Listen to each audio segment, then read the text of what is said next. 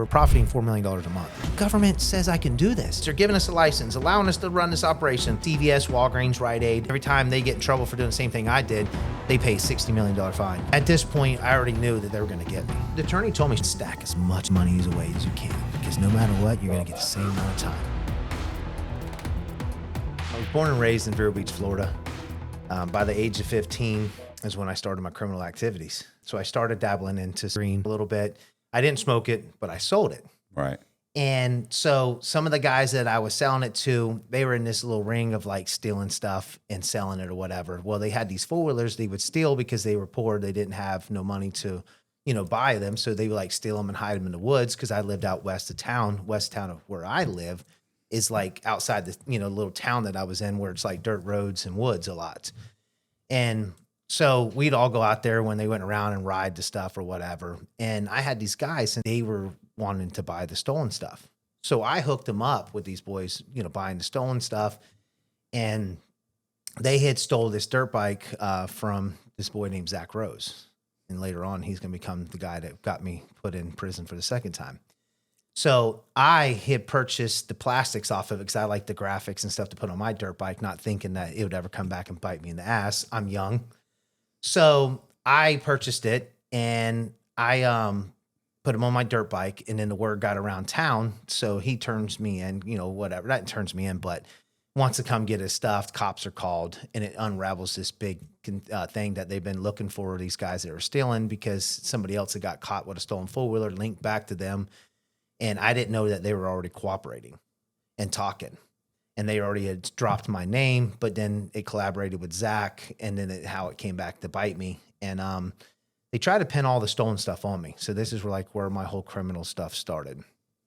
And by the age 16 years old, I took it to trial, because it was like the end of my 15, and the pot thing didn't last very long because of, my criminal troubles coming.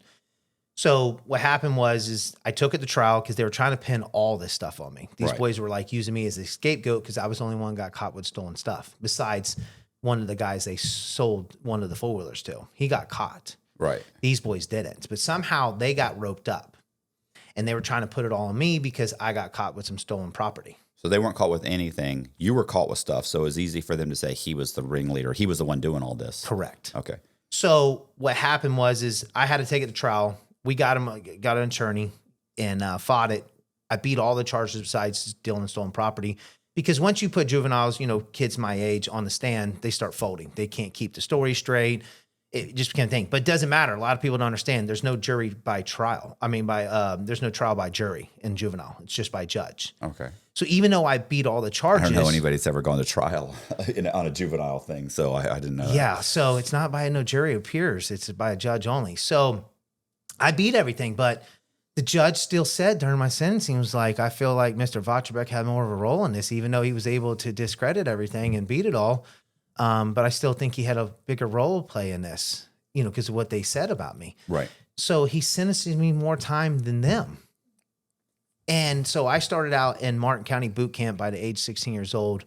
And it was later shut down because it was absolutely just heinous how bad they treated us and how crazy it was. Like first 6 months there, I never got a visit, phone call. I never even talked to another inmate, never read a newspaper. Literally at 3:30 in the morning, you started PT. So you would run like 15, 16 miles every morning in cadence, talking left, right.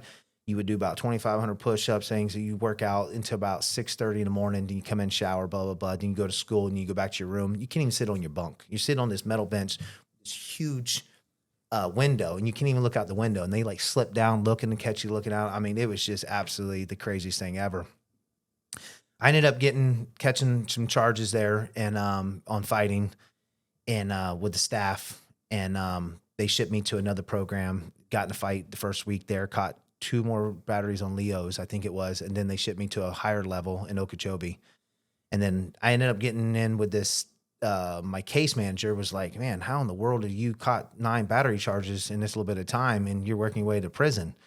So it was all because if you get in a fight, the staff come and break it up. Right. And they just get elbowed or something. And they're like, oh, I got hit or whatever. It's not like I hit the staff. Right. But I get charged. So that every time you hit them, it's like, dude, you jumped in a fight. So I worked my way up to almost the highest levels of juvenile, and I ended up getting around this staff member that was like, "I'm going to get you home. I don't feel like you're just getting screwed over." So it was like 2 months before I was 18 years old. They released me. So pretty much I graduated in juvenile prison, and I had all good High school. intentions. Graduated high Well, I school. mean, yeah, graduated high school, juvenile prison. So I got to walk in a purple gown with the thing and everything. They like do this whole thing and stuff like that for people that graduate and go to school. So it was crazy. I don't talk about it. I don't show it. And people are like, "Where did you graduate?" I'm like, high school. Yeah. They're like, "Where?" And I'm like, "High school." Okeechobee. Yeah, Okeechobee. Yeah, but my thing says Washington County because I guess they like Washington County, Florida, or whatever. It has the schooling program there or whatever. I didn't know there was a Washington County, Florida. It's in the Panhandle. Okay. So they have the contract for schooling there. So my thing says Washington County. So when people see it, they're like, "Hey, and you went to school up there?" And I'm like, "No." So it like digs up because I don't like talking about it. But anyways, I come home and I try to do everything right, but just like all the other stories you hear, when you come home and you're making $9 an hour and you can barely make ends meet, you're 18 years old, trying to do it on your own. And Why weren't you didn't move back to your parents' house? I did for a couple months. Okay. I did for a couple months, and then just like any other 18-year-old who wants to live with their parents, Yeah. so it's like I want to be a man. I want to do it on my own. Yeah. So I made the bright idea to move in with my brother. I was like, I'll move in with my brother. I want to make my own rules. I want to be my own man. So just like anybody else, I try to make it. I want to live that lifestyle, hanging out with everybody. And I had all good intentions. And it all started because here we go again. All my buddies are doing what? Drugs. Right. So they're all partying and, I want to go hang out, go to the bars, do all this stuff. I'm 18 years old. And I don't have no money to go do all the stuff that they're doing. And because they're a little bit older, they've been a little more established than I am. I'm just getting out. And so, they've already got vehicles they've been working on. I'm having to get out just like, you got to get out, you got to get a vehicle, you got to get all these things. So I got, come up with more money than they do that they've been working on since they were 16. So I'm struggling and I never had no intentions. But like I said, all my buddies are doing drugs.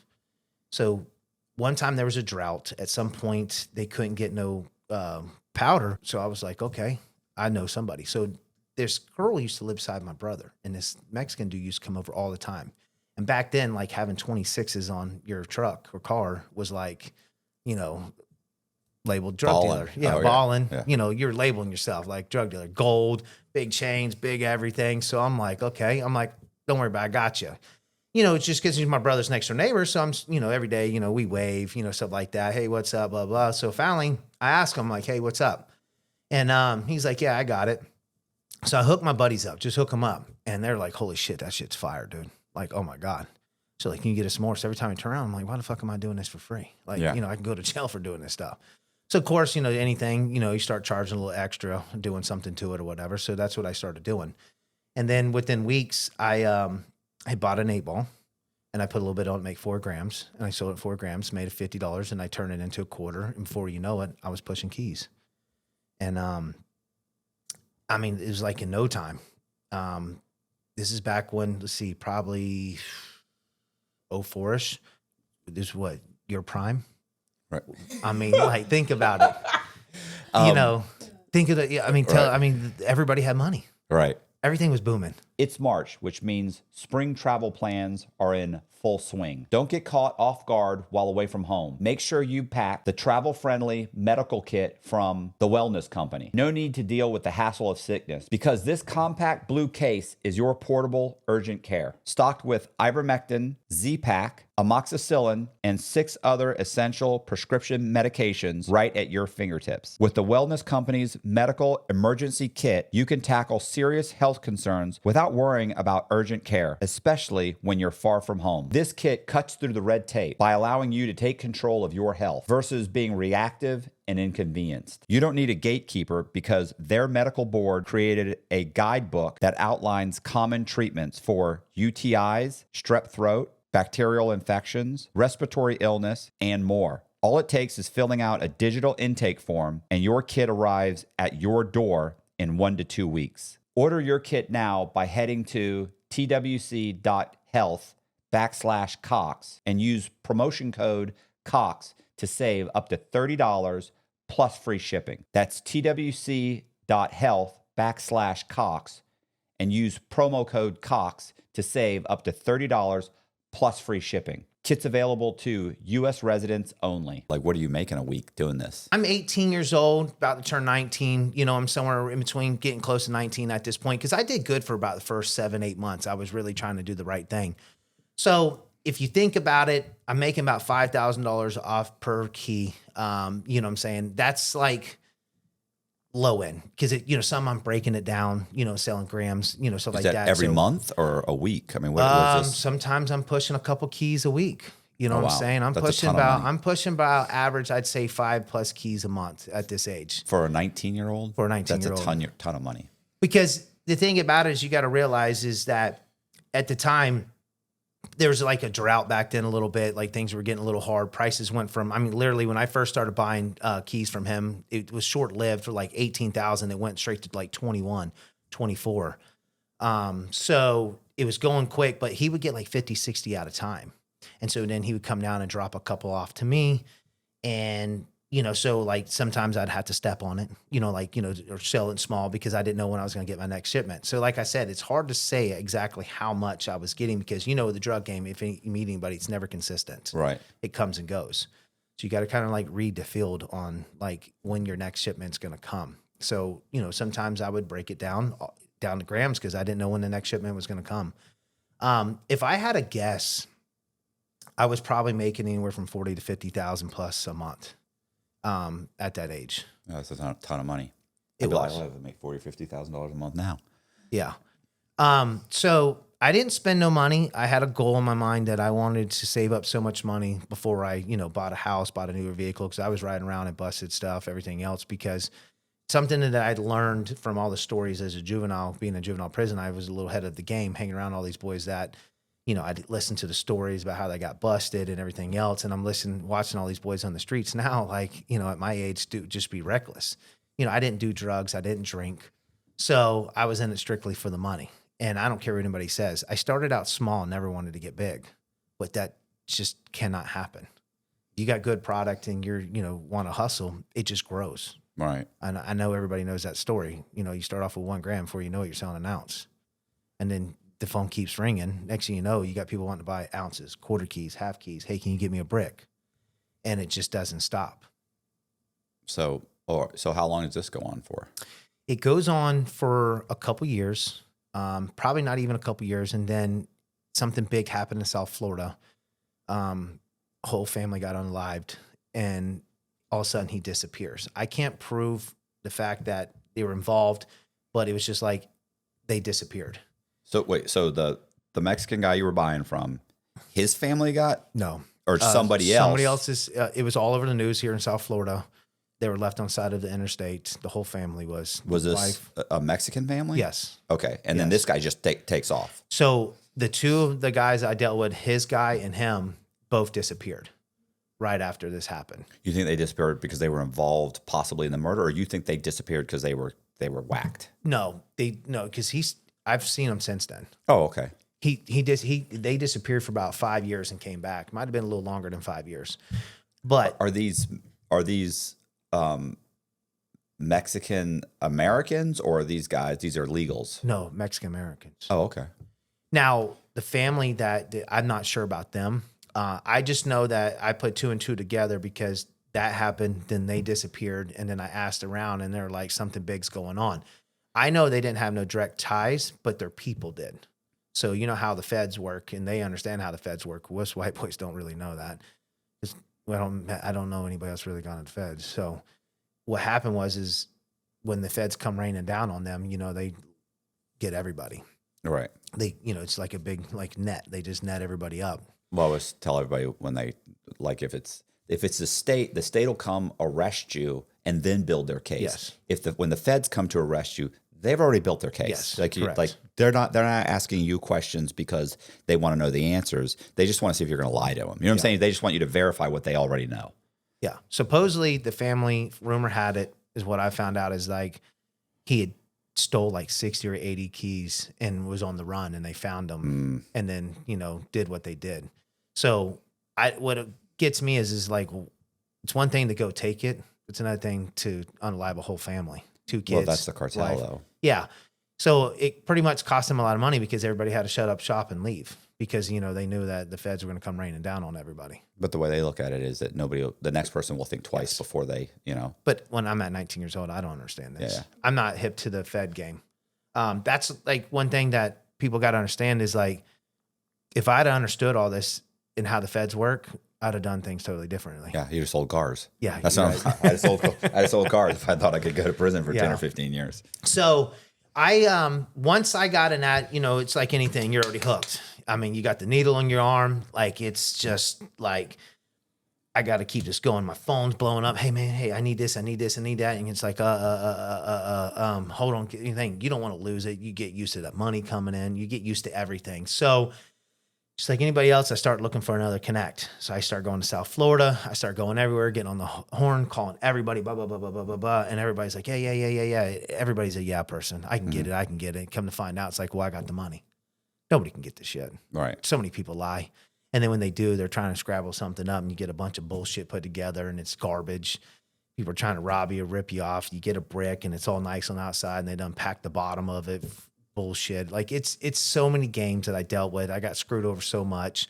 When you do find somebody, yeah, they can probably get 1 or 2 here and there, but nobody can get 5. I'm wanting to buy 5 at a time, you know, and it's just, it got to the point where I was just losing my customers or going elsewhere. And so for about 6 to 8 months, I was having a problem. And that's when I was like, you know what? My family's got a house in Bahamas. I've been over there. I was like, let's do this. So we take a day cruise over to Lakaya, to Freeport, because I had a boat, but I didn't want to take it. I was like, dude, let's just take it. They're $99. I'm like, let's just take a cruise over. Let's fill the scene out and let's come back. So we go over there. It's 2 days. You stay there for 2 days. And we start filling it out, talking to people and doing some stuff. And because you got to remember, I've gone over there. I don't know a lot of people, but, you know, I know the area. And so we start talking and everything goes to dead end roads because I don't know if you've ever been over there. People are like, hey, you want. They're always trying to sell you stuff in other countries, especially over there. So the tourists, you just go to tourist spots. You get a lot of guys trying to, you know, sell you grams, pot, whatever you want. So we start filling those dudes out. Hey man, what's up? Can you get an ounce? Can you get this? Can you get that? And they're like, yeah. So we get some stuff from them. It's a lot cheaper. You know, I took money over there just to see.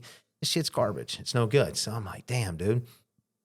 And it was just weird. It was just like one day we'd happened to go back over the offshore boat and hang out a little bit longer. And we kept running the dead end roads. It seemed like it was the same game here as the same game over there. Everybody says they can do something. They can't. So one day we happened to be in Lakaya. I don't know if you've ever been to Lakaya. It's like a resort area. It's really nice. It's got nice tiki bars and shopping and the casino and all kinds of stuff. So it's like the tourist area, you know, in a third world country. So it's really nice. Right. So you got a lot of small time drug dealers running around trying to sell you stuff, whatever. Well, there's this one guy running around with this nice car, but nice over there is different than nice here. And he's got like 20s on it. You know, nobody else is riding around with 20s. Right. So my buddy just like hops in this passenger seat because he's like, keeps rolling the strip, big old swole black dude, clean cut, big chain, everything else. And so he like stops and my boy like just hops in this passenger seat. And this big motherfucker's like, what are you doing, man? He's like, you're going to be my taxi cab driver.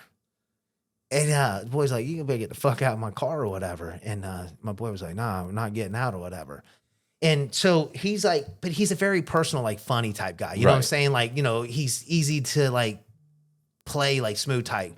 So the dude's like, man, all right, tell you boys to hop in or whatever. You're going to go buy some food at my restaurant or something. I remember saying something like that. So we go to his restaurant and we get wings and we're eating everything else kicking and we're just hanging out with him or whatever.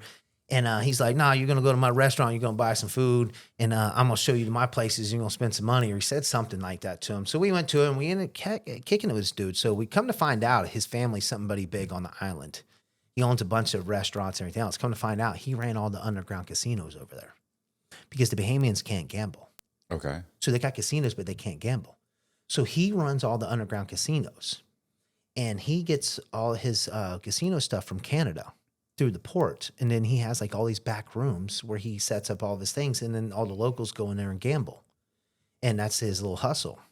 When you say through Canada, you mean like roulette tables, and you said he Slot gets- machines, Oh, okay. everything. So like any kind of stuff you see in a casino, he's getting it through Canada, and then Okay. he has it shipped from Canada into the port through Freeport, and then he gets it. Has some people in there that'll get it because you're not allowed to get it. Okay. So, anyways, he ended up hooking us up with some of his guys on the island to get some good stuff.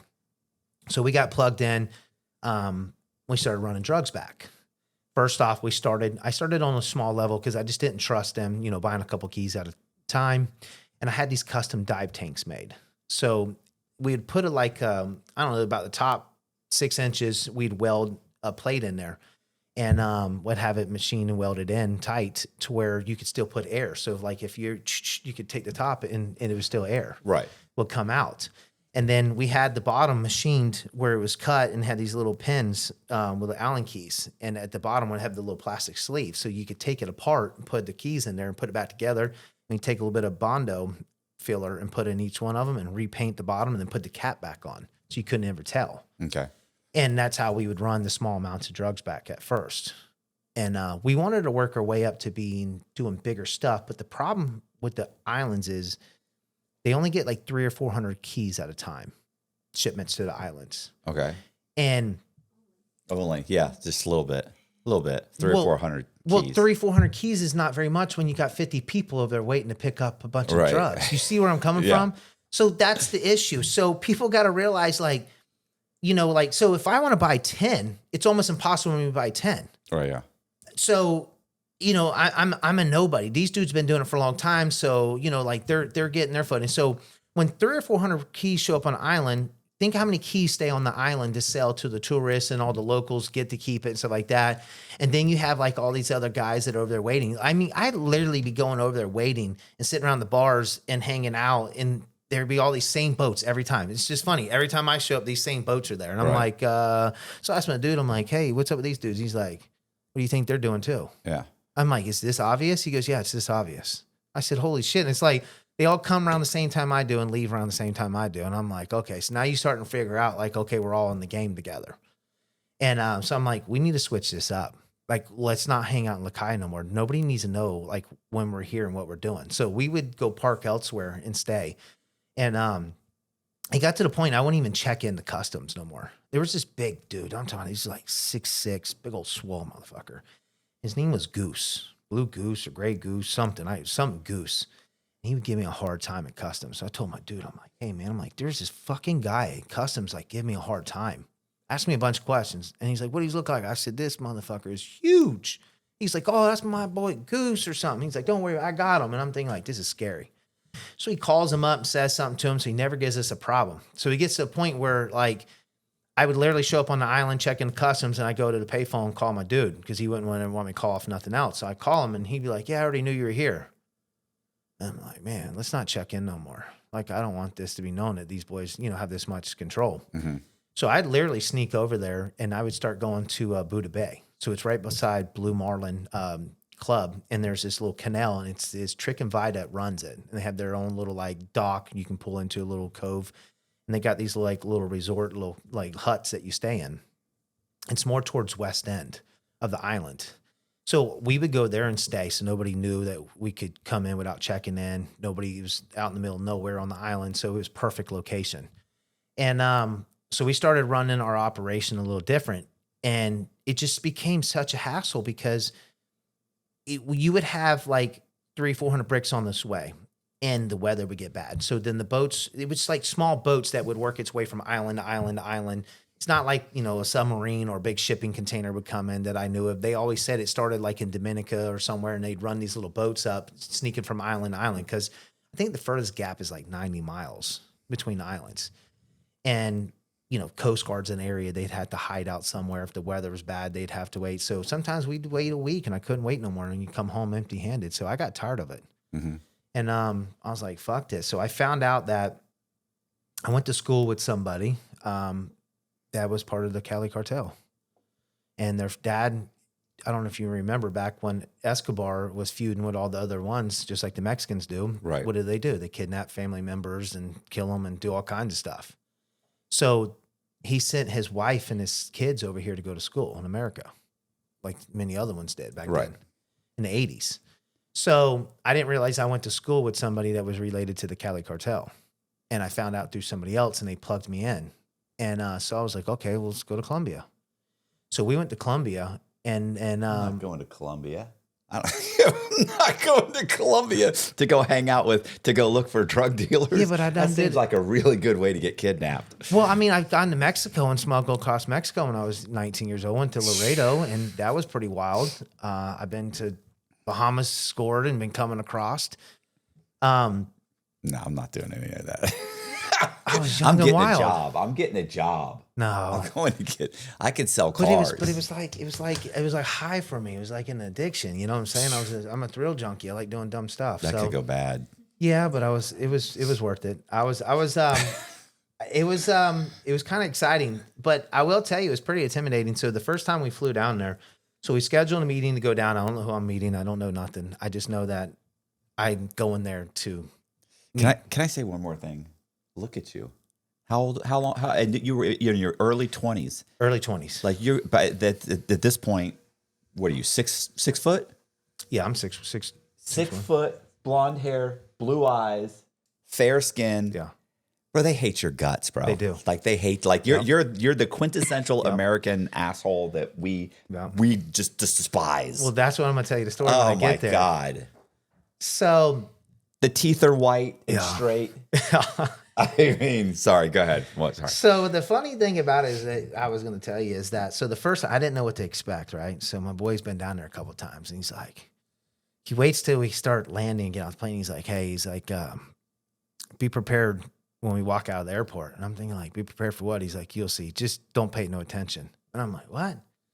So we literally get off. So the whole time on the plane, like we're the only white, like Americans on the plane, especially white boys. Like Right. the only ones. And I'm 6'1", he's like 6'1" or 6'2". Might be a little taller than me. And so we get off the plane and like we're the tallest people. Like Right. everybody's like here, right? You know what I'm saying?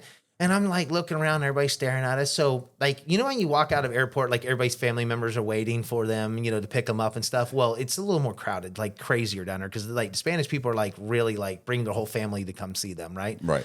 So you walk out and there's literally hundreds of people outside. Like they can't wait inside. So they're outside where all the taxi cabs are pulling up and everything else, waiting for their family members. And like, I swear to you, it was like, you could hear a pin drop. Like everybody stops and they're like, everybody's staring at you and they have to look up to you and you're like walking through and they're all just looking at you. And I said, what the fuck? He's like, they're not used to seeing, you know, white boys 6 foot. They don't see that down here. And I'm like, what do you mean? People don't come out of tourists? Because dude, people don't visit to come here. Like they This don't isn't visit. a tourist destination. Yeah, that's what he This told isn't me. Acapulco. So I'm thinking like, I'm just like, oh, okay, well, whatever. I'm like, so what's the real story? And he's like, man, they think we're feds. I'm like, we're clean cut. Mm-hmm. We look like feds. He says, so they're automatically looking like, the FBI or DEA's in town. So he's like, the phones are blowing up right now.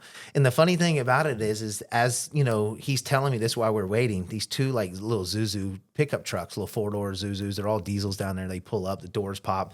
These guys get out with guns and stuff, you know, like, you know, a couple security guys. And my boys get out and are like, hey, what's up? How was the flight? Hop in, let's go. So we hop in. So these are 2 bulletproof vehicles because, you know, they're kids of somebody, you know, important down there. They don't even have to be part of the cartels. Like anybody important down there has rich families. They ride around with bulletproof vehicles with security. It's just normal security. It's not like they're, you know, like whatever. It's just security. And so like we're literally like riding through town and stuff, like blowing through red lights. Like we roll up to look and they blow through them, jump on the curbs and go around other cars and stuff. I'm like, what the fuck's up with this? He's like, dude, that's where all the kidnappings happen. So now it's ringing in my head like, okay, so everybody looks at us when we get off the planes. They think we're the agents. We don't stop at stop signs. We have bulletproof vehicles and we got security with fully automatic guns. I'm like, this is pretty interesting. Like, I'm like, this is going to be pretty fun. And so we go and I don't meet with the family or nothing like that. So I meet with the cousin. And so we meet with the cousin and he's like, hey man, what's up? And he's young. He's only like in his young 30s or something. You gotta remember, I'm young 20s. So he might be late 20s. I never asked him. Like, you can't get no information out of these people. Like, you ask them questions, they don't answer you. And I'm gonna tell you a story about how I got kicked out of the country for asking a question. So he's like, hey man, what's up, man? Da da da da da da da. And he's like, and his cousins like say something in Spanish, and he's like, oh man, he's like, it wasn't that bad. And I'm thinking like, well, what wasn't bad? And he's like, oh dude, I was just kidnapped. And he's like, yeah, I went down to Ecuador or Salvador, somewhere in one of those countries. They just delivered a bunch of drugs down there, and he was going down there to set up a deal or get paid. I can't remember the story. It's been a long time ago. Only thing I remember was that he was kidnapped for 4 months, and it took him it cost his family $6 million to get him back. And he literally just flew in that morning, hasn't even done nothing. He's meeting us to set up another business deal. That's all he's doing is setting up business deals. So he just got out of being kidnapped for 4 months, $6 million, and he's not even like, oh man, he's just another day of business. For $6 million, I can get another kid. You know? So I was like, man, this is wild. So we go do our thing. We're talking, and he's like, well, tell me, like, my cousin says y'all have a way to get some stuff in through another port. And I'm like, yeah. And he's like, well, listen, I can get anything on a ship for this much money. He's like, for a flat fee, I can get on any ship, but it's up to you to get it off the ship. And I'm like, okay, I think I got that. And I'm like, listen, I want to do something small. Will you do something small? I guess I'll do anything you want to do. Just, like whatever. And so it was like, I think the first time we did it was only like 20 bricks. And it cost like $5,000 a brick for 20. That was to get it on the boat. And That was with the brick and to get it on the boat? yeah, that's For everything. both? Oh, okay. That's everything. That's get it on the boat. It was $4,000 a brick once I started purchasing more. Right. But it was like $5,000, and because you got to remember they only pay like $2,000 or whatever for them. Yeah. Something like that. No, I know Not the even- closer, like, but that I know how that by the time it gets from whatever South America all the way up to the border, like every step of the way it gets more and more expensive as it makes that as the product makes that journey, it gets worse and worse. And then there's getting it over the border. Now it's worth even more money, but every step is a few thousand here, a few thousand there. So when I was purchasing it in Bahamas, so by the time I went to Bahamas, I was paying $28,000 a brick in America. It went to $32,000. That was the breaking point. All right. So Because then it should not worth it anymore? it's at that not, point? because I mean, you got to think, even if you sold your ounces at $1,000 an ounce, it's $36,000. Okay. So you're making $4,000 off of something that's going to give you how much time? Oh, yeah. But you don't really know that then. I didn't, but I You still still know knew. you still know you're going to jail. I knew I Just was don't going know to how. jail. So here's the difference between me and everybody else is I knew one day I was going to jail, and I accepted it. I'm the type of guy that weighs his hands out. I'm like the type of person like, okay, is this worth it or is it not worth it? So at the time I was like, all I've ever heard stories like, oh, your first time, you're only going to get like 5 years. I'm like, 5 years for this money? Sign me up. I'm in. Like, I can do 5 years. I'm like, I'm not really worried about it. So I had always weighed my hands out. Like, is it worth it or is it not worth it? And I was always told 5 years. So I was like, okay, I can do 5 years. Like, I stacking my money. I'm like, I can do 5 years. It ain't nothing. I'm not married. I don't got no kids. Let's do it. And so I'm paying 32 here. I go over there. I'm buying them for 13,000. 13,000 in Bahamas. Right. So, but the problem of it is I can only get 1 to 3, 5 here. I think the most I ever got in one shipment was like 10 over there. And I was like, lucky. You know what I'm saying? And so that's what I tell people all the time. It was just like, how can I run my operation back in America and people in Florida that are wanting to buy bricks and buy all this stuff if I can't stay steady? It's like rebuilding my business every time I don't reload, come Right. and get a shipment. It's like they go elsewhere to other people, and then I have to contact them and get them to come back to me. And then I can't. So I was like, I got to find a solid way of doing this. And that's why I went to Colombia. And I went to Colombia and I set it up and it went smooth. We got it in the port. I worked a deal with my guy. He get a quarter of the shipment. So I gave him 5 bricks. So I really didn't have much tied up in, what I had going on. It was smooth. Everything went good. We got it off. He got off the boat, everything. I met him and I got the stuff and I came across. And at this time I had 2 Coast Guard agents, 2 guys that I knew in the Coast Guard that I was giving a kickback, and they would tell me where they're patrolling. Okay. So like they would say, hey, like, listen, we're nice. patrolling in this area. So stay out of so they would tell me like, hey, we're on the backside of Abacos right now. And I'm like, perfect. They're not watching the front side. Because Right. I only went to Freeport, which is 90 something miles out of Jupiter. Okay. That was my favorite inlet to run out of, because Fort Pierce has a Coast Guard station there, and right past in West Palm has one. So Jupiter's like kind of like the middle inlet. That's a straight shot that doesn't have a Coast Guard station or law enforcement in that inlet. So it was perfect So for if me you to can run get out. by the Bahama Coast Guard, then you're free and clear. Well, there's really no Coast Guard over there. It's America that we patrol all the waters. Well, I meant our Coast Guard that's in their area, like the guys Yes. that you're calling. They say, "Hey, we're good," and Yes. you get so now you can get past them because they're on the other side of the island or whatever. You get past them. There's nobody else between you and Jupiter, Florida. Yeah. So I had them telling me where they were always patrolling. So they would tell me like, hey, Jason, like they would never tell me personally. It was always coming through with somebody else. Like, Right. hey, let them know that we're patrolling this side because it's real hot and we're investigating some stuff. So that shit hurt me. You know what I'm saying? It kind of hurt me a lot because when they would patrol for weeks at a time in that area. Okay. You know, so like like drugs would come in over there and I can't even go pick the stuff up. So I'd miss a shipment. And that was another issue. See, when me doing the shit with Columbia was going to set up where I could have my drugs hidden over there.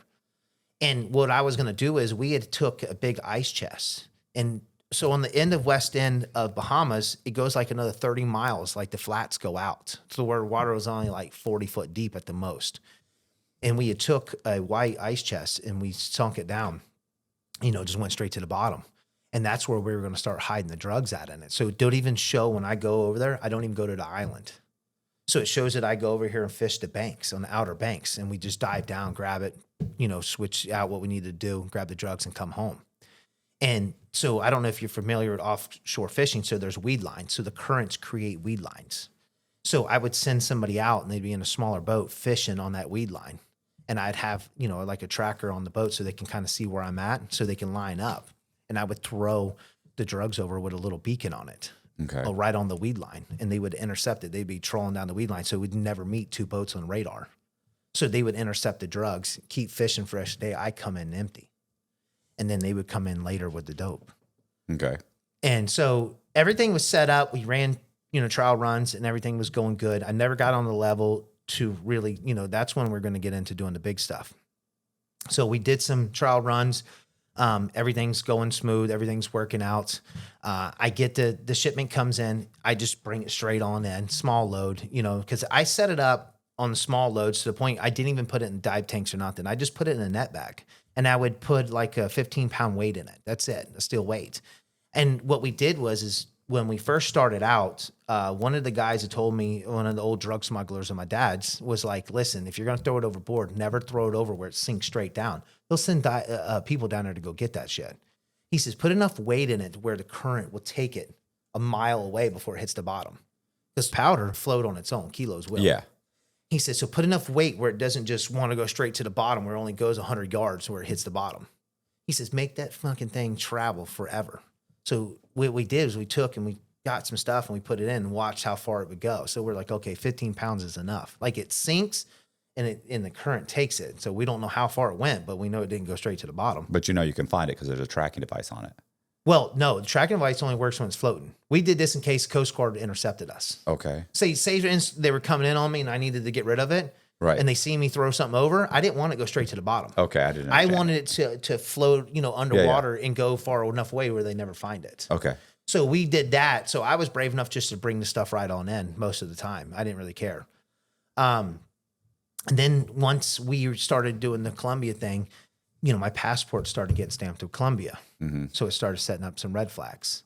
I'd get a phone call that my warehouse or my next door neighbor to my warehouse where I kept my one offshore boat.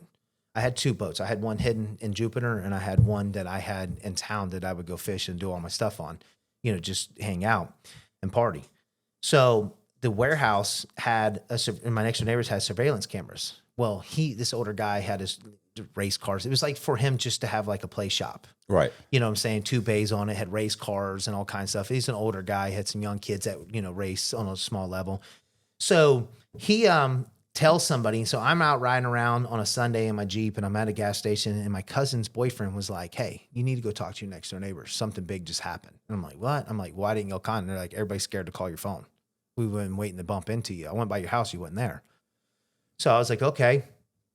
So I shot over there. The dude wouldn't answer his door.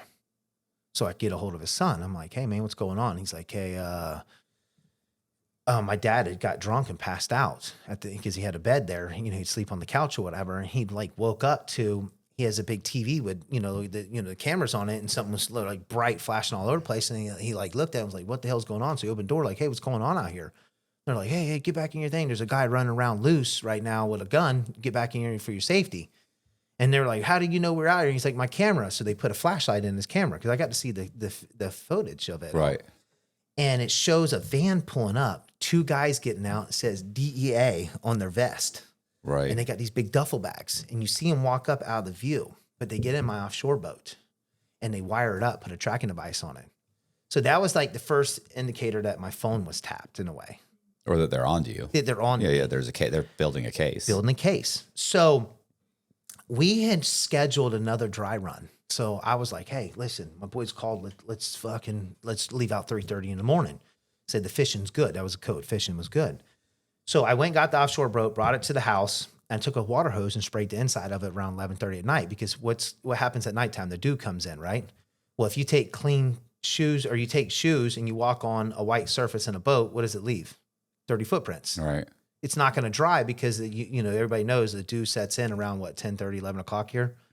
So the boat's going to stay wet. So I woke up at 3:30 in the morning and I see footprints in my boat. So we take it straight to my buddy's shop, we close the bay, go back and go to sleep. If you sleep hot at night, you know how disruptive that can be. Whether you're having trouble falling asleep, you're waking up sweating in the middle of the night, or all of the above. That's where Ghost Bed can help. As the makers of the coolest beds in the world, Ghost Bed is your go-to for cooling mattresses, cooling pillows, and cooling bedding. From their signature Ghost Ice fabric to patented technology that adjusts to your body's temperature, every Ghost Bed mattress is designed with cooling in mind. So whether you want a plusher mattress that cushions your shoulders and hips, or a firm option with exceptional support, your Ghost Bed will keep you cool and comfortable all night long. When you purchase a Ghost Bed mattress, your comfort is guaranteed. You can try out your mattress for 101 nights, risk-free, to make sure it's the right fit for you. Plus, they offer free shipping, and most items are shipped within 24 hours. If you're not sure which Ghost Bed is right for you, check out their mattress quiz. You'll answer a few questions and get a personalized recommendation. Even better, our listeners can get 50% off site-wide for a limited time. Just visit ghostbed.com/Cox and use the code COX at checkout. Again, that's ghostbed.com/Cox with the code COX at the checkout to save a whopping 50% off site-wide. Next day, we tear the boat apart, cannot find the tracking device. Cannot find it nowhere on it. We're like, holy shit. So is it just hidden that good, or they come and take it out? Like, I'm doing a podcast with the agent here coming up soon. Okay. I still to this day don't know. Okay. I was told that they wired it. It's so small, and they wired it in your ignition. So every time you turn your key on, you turn it on. You turn it on. So I've been told through one of the agents, one of the ones I had on payroll, he says, I can tell you this much because I'm looking for a box. Yeah. Well, when they wired into something, when it turns on, they don't have to have a big box now with a tracking. So he says they're real small. It's just a piece of wire with like a little tiny little thing. Just enough to send a signal because now they have power. They don't have to have a box. You don't have to have a big old battery. They don't have to have a battery. So we kept looking for something big, not something small. We're looking for like shit you see tracking devices in our cars or something. You know, right. Like this is the stuff that people they don't teach you this side. You only teach like what you see in the movies. Like, oh, cool, here we got them. Right. Well, they were literally coming in and wiring these little things, and somehow they would probably put it in a fuse, like your fuses, where when it has the hot, and then they tuck it in behind something. I don't know. They still won't tell me. And they laugh every time I ask them. Well, he started a podcast and he wants me to come on it. So we're going to see if I can get it out of him on the podcast. So he's one of the agents that's in the video. Right. So we can't find it. Meanwhile, they don't know about my other boat. So they think it's this boat all along.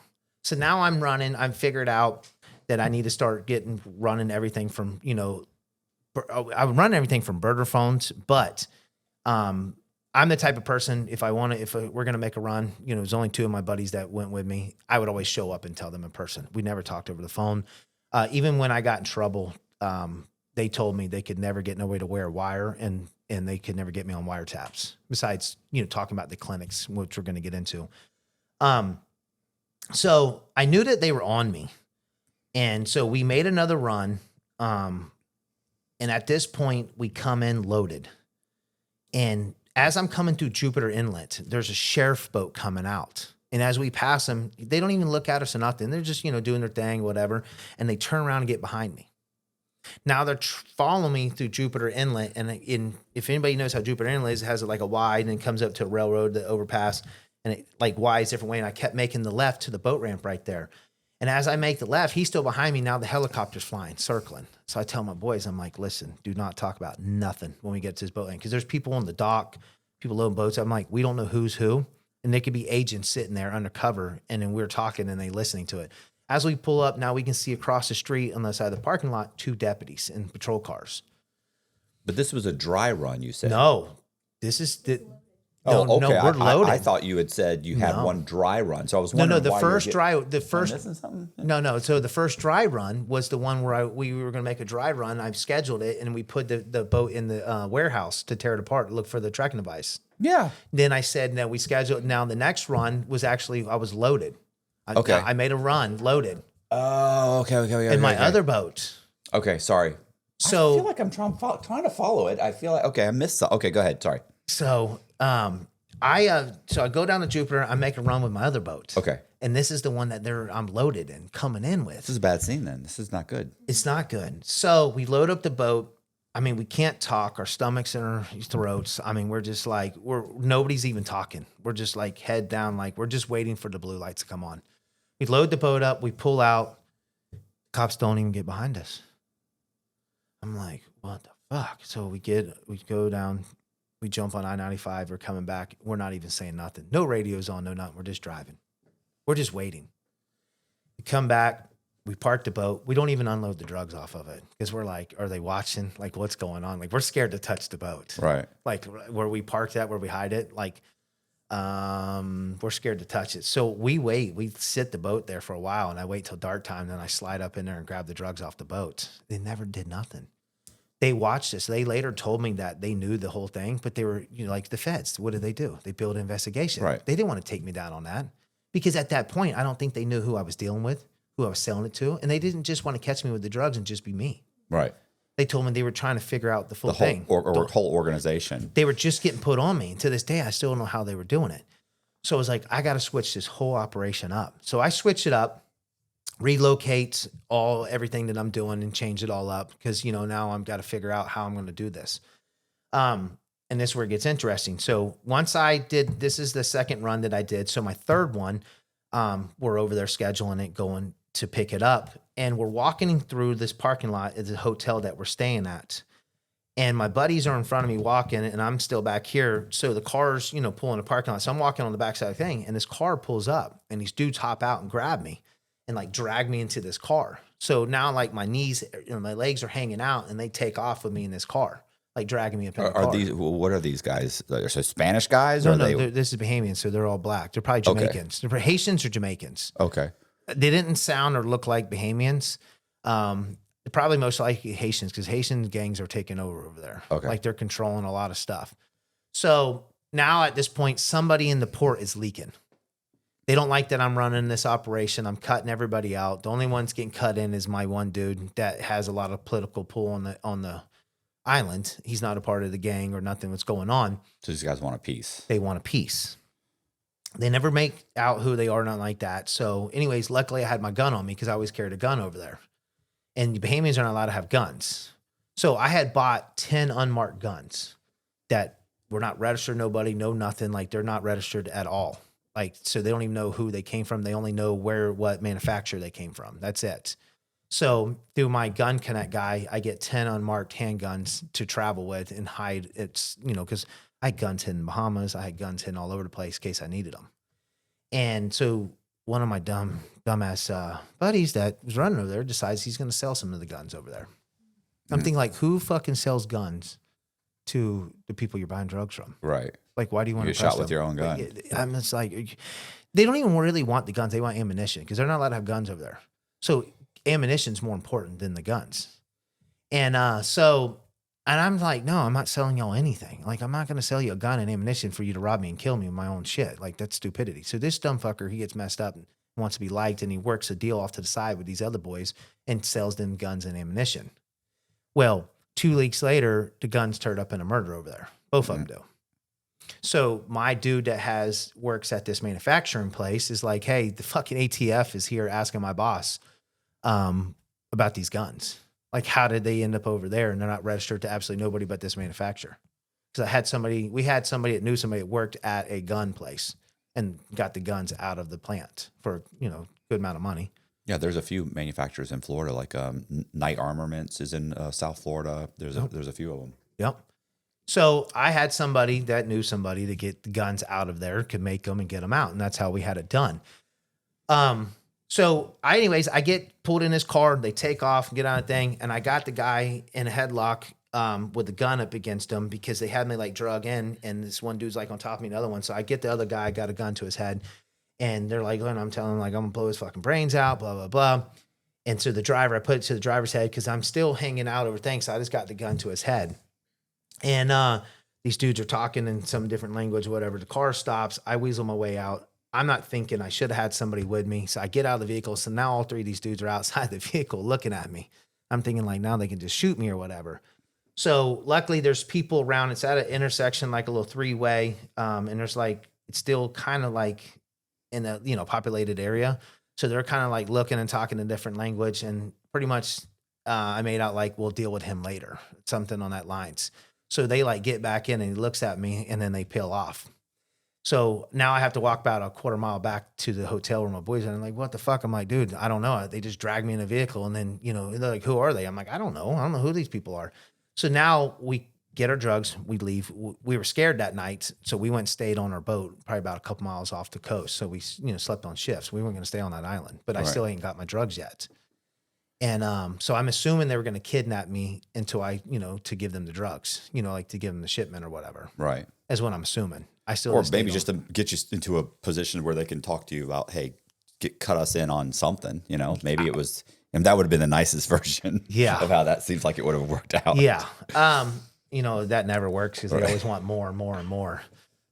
So anyways, we came in, I made my dude come out to us in a little boat to intercept us, to load the drugs on. I wasn't going back to that island. Like them boys meant, I just assumed that they were going to kill me next. So we wait a while, we make another run back over, shipment comes in. This is going to be our biggest shipment of all. So I worked my way up to about 100 bricks.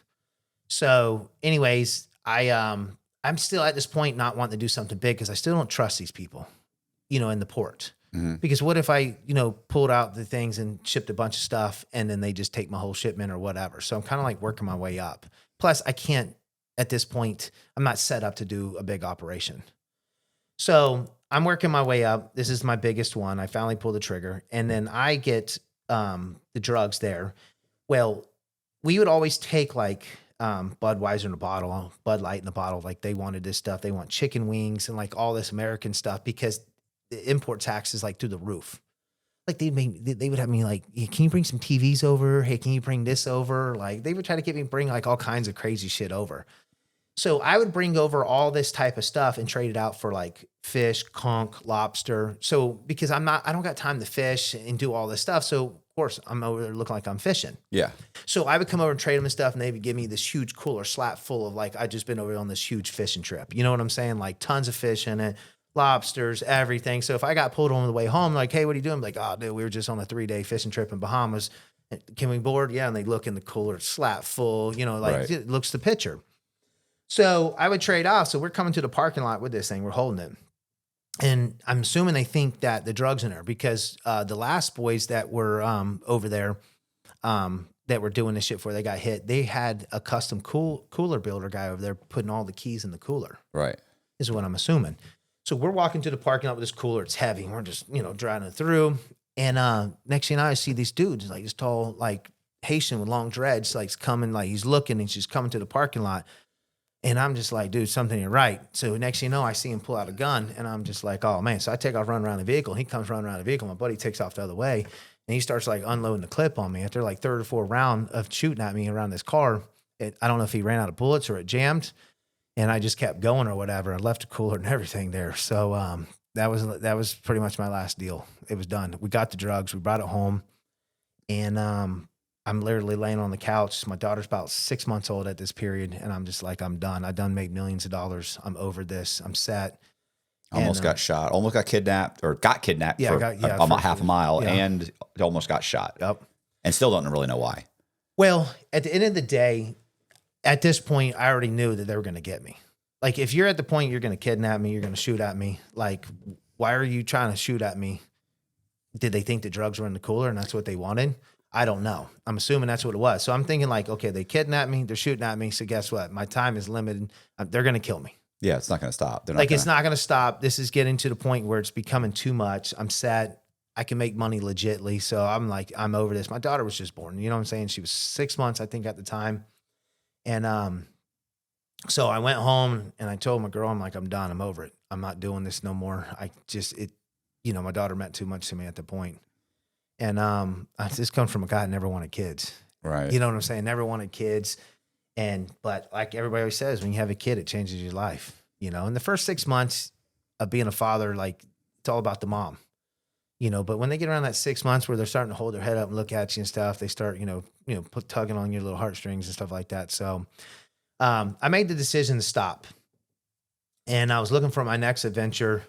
And I wasn't that fancy, guy that, had big cars, big stuff, lived this lifestyle, whatever. I still, down to my roots, small town boy.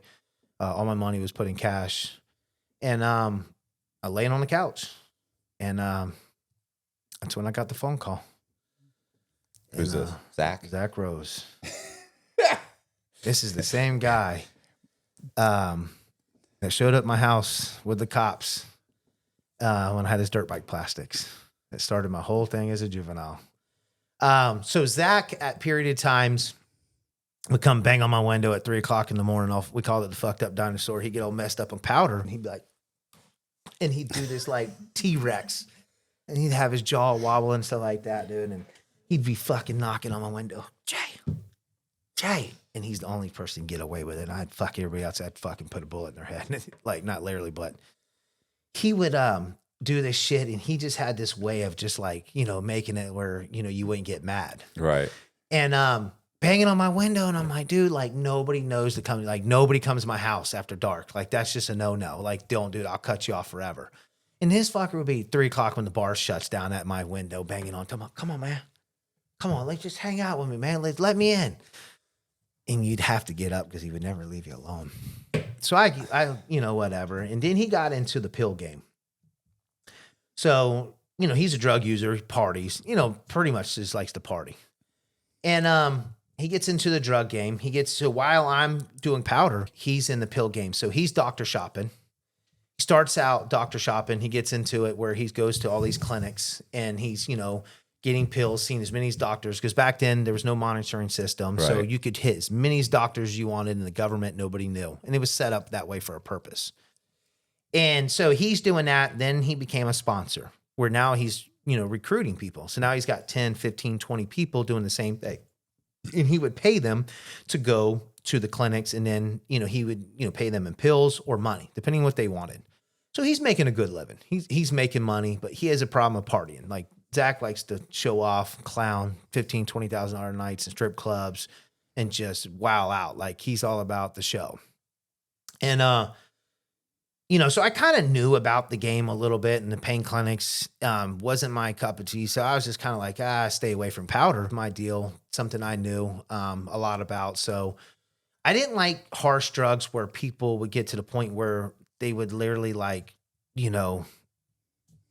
sell themselves, do whatever. Like anything to do with like pills was just absolutely, they didn't care what, they'd steal from anybody. Mm-hmm. Like the customers I had in the powder were usually your weekend warriors, start on Friday, go to work Monday. Right. Like that was the type of my clientele. And then how I got into selling the big stuff was selling to guys that were buying keys. I don't know who their clientele is. Didn't care. I didn't have to deal with it. But my small time guys were actually wealthy people. Most of them were wealthy people and people that started partying on Fridays, special occasions. They were the only ones I sold to on a small level. So, but everybody in the pill game, I didn't like nothing about it. So I stayed away from it. And like I said, that day I'm laying on my couch, my daughter's on my chest sleeping. I get a phone call. And Zach's asking like, hey, are you home? I'm like, yeah, my door's opening. It's him on the phone walking in my door as I'm saying, yeah. And, he like literally comes over, like grabs my daughter and he's like talking to her like, I got a business adventure for you. You need to help me with your dad. And I'm thinking like, what are you doing? Dude, my ex is like, man, give me my daughter and leave her out of this. And he's like, man, he's like, come on, dude. He's like, I was at the strip club. I was blowing money, and there's this other dude there blowing money too. And so I was trying to like compete with him, let him know he couldn't outdo me type thing. Fucking idiot. Yeah, well, that was Zach. So it was Vinny Colangelo. I don't know who that is. So Vinny Colangelo, It doesn't sound good. he's a character. And I didn't know nothing about him. Come to find out, ex-addict, drug dealer, been to prison from New York. Family got some fake mob ties type, stories, you hear all the time. Everybody's related to the mob from New York. But it's really not true. He's just a clown, crazy, ballsy. So anyways, make a long story short, he gets to meeting him and they get to talking, and he tells Zach that I could use somebody like you. Like, I'd love to have somebody come in, whatever. Zach's like, I need to borrow some money. I'm like, well, where's your money? And he's like, he wants Zach to invest into his clinics, like become partners. Was Vinny ever locked up in Coleman? Yes, he was. Did he have a whole bunch of cars at one point? You. I knew you knew him. Okay, yeah. Now that you're talking about him. You know who he is. Well, you should have started with kind of jerk off. Yeah. He was very loud, very obnoxious. Worked out all the time, right? Yes. Okay, yeah. Yeah, he got beat off, so he kept getting in trouble. I think he got caught with a phone with the medium at Yazoo when I was at the low. Somebody had said something. I had a cell phone, so I sent word over to the medium about him, and they said, yeah, the white boys got him extorted right now. They were making him pay to walk the yard. So somebody hit me up on TikTok and told me they took his teeth. So something happened. He ran up a big debt like he always said, because he's a big gambler. Yeah. Gambles like no other. So he ran up a debt and something else couldn't pay it. So somebody knocked almost all of his front teeth out. Like they ran him up top, like messed him up pretty bad. Yeah, I don't think he was even at the low very long, because we talked about him wanting to write. He wanted me to write his story. He's got a hell of a story. Yeah, but just talking to him, it was so overwhelmingly outrageous. Like everything because of the drugs. Well, it was the drugs and the vehicle that like this many vehicles, everything was, it was, I'm used to guys that, like a big. Well, no, I'm used to guys that if they're talking, they're talking about making, reasonable money. The money he was talking about was unreasonable. It was, whatever it was, $5 million a month, 10 million. It was outrageous. Like, and I remember thinking, come on, man, stop. Let's stop. It's too much. It's too much. 100 cars. Yeah. The feds had to come in. He had a fucking, he had like a private garage where he had all these cars and, Lamborghinis and Ferrari. And just outrageous. Everything size Bugatti. Yeah, it was outrageous, and it's all true. I mean, I agree, it's true because everybody was telling me it was YouTube. true. Everybody was telling me it was true. My TikTok video, I did a whole thing on it. The problem was I was working on another story, and he was one of these guys who's like, "Bro, stop that story. I got the story. Fuck that story. That's nothing compared to my story." It's like, okay, you don't even know what I'm working on. Now like you know who I I'm have a queue, right? So, but it didn't matter anyway because I was like, "Look, I'm interested, but I got to put you in the queue." It didn't matter because we never even got to that point because within a month he's gone. Yeah, he's in the shoe. I don't know what happened, but he's gone. I want to say cell phone. Okay. So the thing with Vinny is he's just out of control. He's just very loud, obnoxious, drugs. I didn't know none of this stuff. I didn't care about it. Zach comes to me and wants me to invest into this clinic. And I'm like, well, why don't you go to your dad? Like Zach's dad is a very big contractor, wealthy. He's got 130, 140 employees. Right. Like, I mean, he's doing big things. Legitimately. Legitimately. Right. Like, yeah. So he's like, oh, my dad don't believe in me. He ain't gonna give me no money. I'm like, then why the fuck would I? Right. I'm like, why would I give you money? If your dad won't believe in you, why do you want me? Oh, come on, man. Come on. Trust me. I'll give me 25 and I'll give you 30 back. 5,000 on it. I'm like, no. Yeah. So for months he's calling me. So he shows up at my house one time in a little 6'3", C63. So it looks like a little Honda Civic Mercedes with a 6'3". So it's like 575 horsepower, little Honda Civic type thing. Okay. It's a C series. I didn't even know they made a 6'3" in the C series. Okay. So it looks like a little Honda Civic, like not Honda Civic, but a Honda Accord is what it looked like to me. Shows up and he's like, come on, let's go for a ride. This is like before I made the decision, but literally we blew it up the first day. I mean, like we pulled up to a buddy's house one time and we had been running around town clowning so hard. And it was like nighttime. We took a turn like 90 mile an hour, just like Zach's all messed up, about took the guardrail, everything out, like just out of control. We show up and my buddy's like, dude, like, what the fuck is wrong with y'all? Like, what'd y'all do to the car? I'm like, what are you talking about? And we get out, all the discs, the brake discs are glowing orange, like glowing. You can see through them. And where we've been, fucking on the brakes so hard, just clowning and running around town doing donuts and stuff. So Zach's all messed up. This is normal for Zach. And this is what happens when you raise with money, like just crazy. So Zach started doing drugs like at probably 13 years old, stealing his drugs from his dad. And his dad's like a biker, crazy fucker, wild as can be, smoke pot and stuff like that. And Zach, get into his pot thing and everything else. And Zach graduated into, just getting fucked up, like just out to the point where I don't even know how people survive. And so I'm like, dude, where the fuck he get his car? And he's like, this is Vinny, dude. He's got this warehouse, dude. I swear to God, we just pull up and we just pick any car we want. We can get it. Any car. He's got like 100 cars in there. And this shit's kind of hard to believe at the time. And I'm like, oh, okay, whatever. I just blow it off. And what it was is Zach was trying to impress me, like, dude, look at this money, kept telling me. So one day he comes to me and he's like, hey, man, he's like, you want to go eat lunch? And I'm like, yeah, let's go eat lunch. And so my favorite place was Rachel's in West Palm, off 45th. It's like a steakhouse strip club. It's like high end. So I was like, okay. So lunch is all you can eat buffet. That seems fitting, right? Yeah. Sorry. So it's all you can eat buffet all the time. And like Thursday or Wednesday is all you can eat prime rib and stuff. So we always go down there. And I get it. You're there for the food. Go ahead. Yeah. I mean, food's great. So we go past it. I'm like, Zach, where are we going? He's like, oh, we got to make this stop real quick. So we go past it. We ended up in Fort Lauderdale off Commercial. And we pull up to the clinic. And I'm like, dude, what are we doing here? It didn't have no name on it. Just had a yellow awning around it. He's like, this is Vinny's clinic. I wanted you to see it. I know if I told you, let's go to the clinic, you would say no. So he's like, I lied to you. We pull up. We go inside. He has to do something. And I'm like looking around. I'm like thinking like, okay, I'm watching people come in and out. It's right off Commercial. I'm like watching cars go by. Cops are going by. Nobody's looking at this place. It's running like a real business, just like all the rest of them. I'm like, what the hell? So I go inside. I see doctors, nurses and girls and, all the stuff, paperwork and everything going. I'm like, okay, I see their certificates of, license on the wall. I'm looking at everything. I'm like, holy shit, like this shit's legit. I've never been to one of these pain clinics. I've only heard stories about them. It's just like a doctor's office. Yeah. But I only heard that, you doctor shop, like all these people show up, pay this money and they get these drugs and they leave. Like I didn't know the other part of it. So I'm like, oh, so these like are kind of legit. So I'm thinking like, he's like, yeah, we exploit them. We lied to the doctors. If we go in and tell the truth, we'll never get the meds. He goes, it's us that lie. He goes, we just have to weed that out. So, my little hamster wheel's starting to wind up a little bit. So we leave there. We go to this attorney because he's got to sign this paper for an LLC thing or whatever. He's like, tell this fucking idiot right here that these clinics are legit. And he's like, nah, he's like, they're all legit. And he's like, everything about them is, as long as you do the things you're supposed to, they're legit. I'm like, okay. So then we go to an accountant. He's got to sign something. He's like, man, tell this idiot right here that all this money's legit and you can put it in the bank and all this stuff. And he's like, yeah, it's all good. So the hamster wheel's spinning a little faster. So I'm thinking like, damn, okay. So I start thinking about it a little bit and I'm like, okay, whatever. I'm like, I'll give you the money. So I give him the money and he gives me some stuff for collateral. And he tells me he's going to give me the money back and all this other stuff. So he invests into the one, and then he's like, he wants to invest into this other one, so he wants some more money. And so I give it to him. So now he's invested in 2 clinics in Fort Lauderdale. And you're out, what, 50 grand?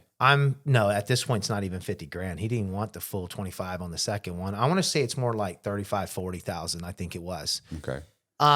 So then Zach comes to me and I'm like, hey man, when am I going to start getting some of my money? Because he agreed that, every week I would get so much money. And I know that he's gotten paid because now he's living, bigger than what he normally does. And he's like, oh man, Vinny hasn't gave me all this money yet because of this and this and that. And I'm like, damn, just sounds like, like fucking seems like Vinny's fucking you or whatever. He's like, well, I can't really say nothing because he could screw me. Like this guy's a fucking clown. Like he's an idiot. Like he just gets high on crack all day and just out of control using pills. Vinny? Okay. Vinny was. And I'm like, oh, this is great. Like, so am I out of my money, but you're getting to spend it? So Zach's like, well, I got a plan. I'm like, okay. So weeks go by. I want to say a couple months go by and shit's doing good down there. He starts to pay me, like $5 grand, 10 grand or something like that. And so Zach comes to me one day. He's like, well, I'm not paying your money.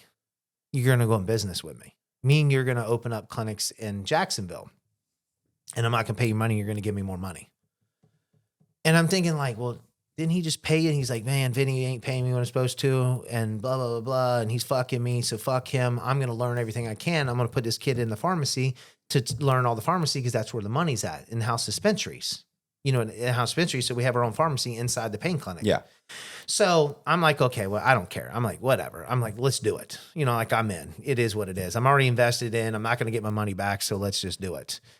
At this point, it's after 2008. So this is in 2009. So as well as I know, 2008, the economy crashed. 2009, literally my business that I had off to the side, the other two businesses pretty much are not doing anything. Like they're in construction. I worked for asphalt companies. Yeah, I cleaned up all the tack and asphalt behind all the asphalt companies, made a lot of money. And now the asphalt companies went from having like 5 or 6 asphalt crews to one that don't even work 40 hours a week. And other ones were working 7 days a week. Right. And so I was cleaning up money on that and everything else. So I get into, I tell Zach, let's do it. I'm thinking like, damn, dude, these boys are making this kind of money. Like they were killing it. So I'm like, dude, let's get into it. Like, let's do it. But I'm like, let's do it legit. And he's like, no. There's so much money to be made in this legit. He's like doing it the way Vinny can. He says he's not going to last long. Like he's an idiot. Like he's literally going to last maybe a year. Okay. Who wants to do that and get, and go to prison over it? He's like, there's so much money here, Jason. We can retire on this. We can live a life that we can't even spend off of doing it legit. And I'm like, okay. Well, Zach never had intentions to do it legit. Right. I mean, Zach's another fucking Vinny, if you want to be clear. Anyway, so Zach is at this point is like, we got to figure out all the ins and outs of everything. I got to, tie up all the loose ends. So he brings in the one guy to start understanding the in-house dispensary. He wants to learn everything, get a copy of all the paperwork, understand how it's all done. So he's getting coached by somebody who's been doing it for Vinny for a minute. And then Zach's working on the business aspect end of it. Okay. So I'm going to financially back everything. So, because Vinny's not going to pay him, he's going to screw him, just like Zach took that out of the playbook and did it to me.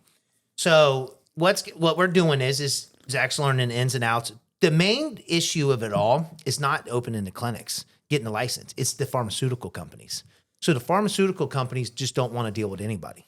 So, the writing the scripts and seeing the patients barely make any money. They'll pay the operation, but you're only going to make $6,000, $8,000, maybe a little bit more. Profit off of that, maybe a day, not even something like that after paying everything. So it's, it's good money. Don't get me wrong, but it's not like pain clinic money, like pill mill money. Right. So all you literally got to do is like back in the day. So people think like the George brothers, Chris and Jeff George were the biggest. They're the founders. It's not, because in early 2000 it was Oxy 80s. Okay. The Oxy's 80s and 100s or whatever. And there was pain clinics back then. Remember, they shut all that stuff down. Then they went to online pharmacies. Remember online pharmacies like 04, 06, 07, like were huge, where you can go like order stuff, pain medication, anything from like Canada online pharmacies that were like, people started them in other countries. And then like you can order it and ship it to you. And then they shut all those people down, gave them a bunch of boatload of time. So then pain clinics came back into play again. So it's just a playbook of revolving door. Right. And they had told me like back in the day, it was so easy. Literally, you can go get a storage unit for an address and then like fill out the LLCs and do all this stuff and get a doctor's number and literally get medication sent to a storage unit. It was like that easy. Like they didn't even regulate it, didn't even care. There was nothing involved. So all you had to do is find a location, get a location. All you got to do is set it up like looking like a medical place if you wanted to. You can just half-ass do it. It doesn't even have to look like a real doctor's office. And all you have to do then is get a doctor to sign his license onto your practice, onto the business name, and you're in business. The DEA will come in, they'll look at it and be like, oh, okay, they sign off. So the actual DEA sends somebody there to inspect your clinic to say like, okay, and all they're doing is just see if it's a legit location. That's it. Make sure it's not a storage unit. That's why I use the storage unit term, because so many people were setting up fake things with a thing just to get medication sent to an online, an in-house dispensary. And these are all loopholes that later came out about Purdue Pharma and the Sackler family. So they lobbied Congress. So the Oxys and Roxys were never going to be passed because of the addiction rate was so high. And they were trying to, alter, the numbers, make them fake to say that like, I might be exaggerating. Let's just say like it can't go over 2% of addiction. You know what I'm saying? And it kept going over the percentage. I don't know. I can't remember the scale. So they kept lobbying and could never get it done. So they finally lobbied the guy that actually has to sign off on it. They knew he was coming up to retirement. And this is like 10 years later of them trying to get it passed, 10 or 15 years. They've been working on getting this pill passed. So they gave him like a 7-figure or 8-figure like job with Purdue Pharma. Like, like saying, hey, when you're done, when you retire, come over to us to consult and we'll pay you millions and millions of dollars. So, Right. but you got to make sure whatever. So he signs off on it. So the pill gets approved. So people are like, oh, the doctors need to go down for this and this and that. Well, let me explain something to you. So Purdue Pharma knew that this was going to become an issue. So they lobbied Congress to make this so easy for us to open, for one. Okay. So they made it where it was pretty much dummy proof for anybody, especially a known drug trafficker like me, with the DEA on me, being able to open up clinics, and somebody like Zach. So we didn't have no medical experience. We didn't even know how to hire doctors. We're going to get into that. It's pretty funny. We didn't know nothing about this besides working at a pain clinic for probably 6 months. We were invested in those pain clinics for like 6 months with Vinny and them. So what we did is we got the building, got the process, and then we found out this guy named Lewis Fisher that used to be an ex-DEA agent. And he worked for the pharmaceutical part of the DEA, which Purdue Pharma, here we go again, Sackler family, lobbied him to become a consultant for their firm.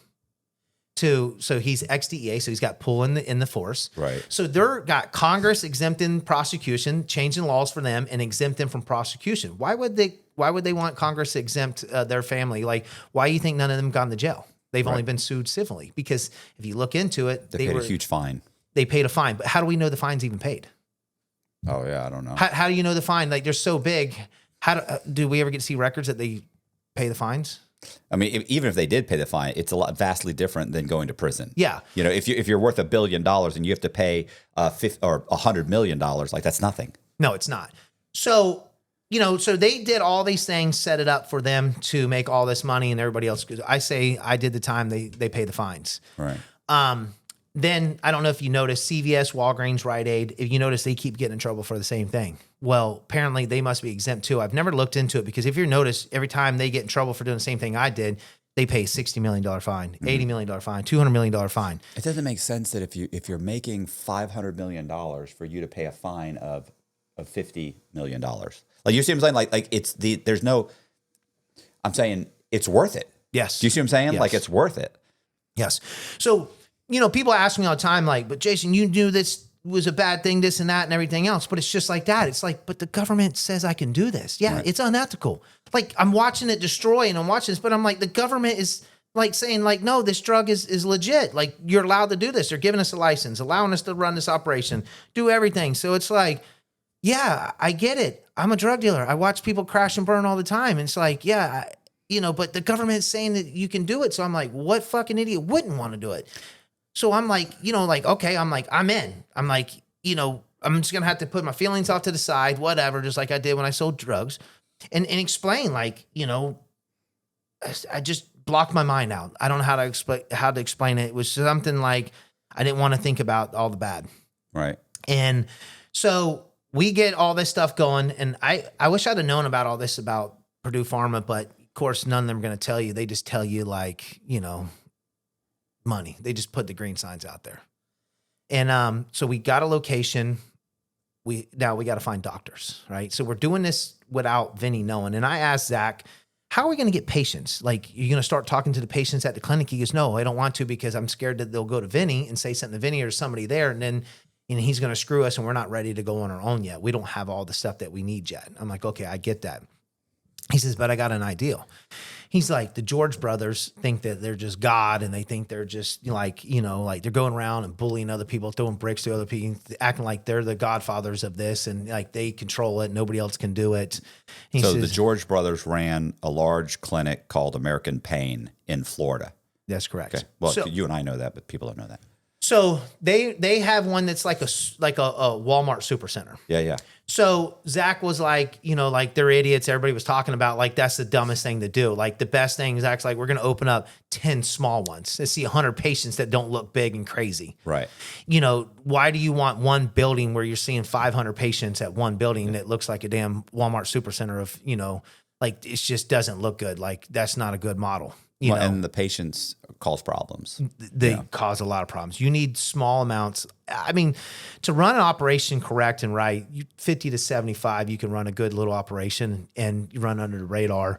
But when you do something big like that, everybody was trying to stay away from. They're only ones that were doing it. We don't know why they were doing it on that level, but they were going around and like trying to extort. And any patients went to another clinic, they got mad and they would call them up and threaten them, everything else. And Zach was like, listen, he's like, I got something for these clowns. He's like, they want to bother. He goes, they want to call and cause problems over here. He says, we're going to steal their patient list. I'm like, well, how are we going to do that?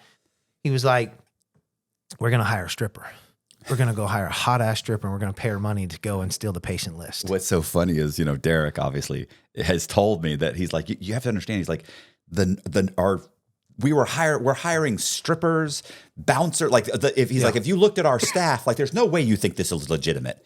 He's like, these are strippers he's like, none of these are medical professionals. No matter what we dress them up, they got tattoos, they got. So we found this hot chick, big boobs, something that we thought would fit right in on their crew. Right. We already knew how to do it.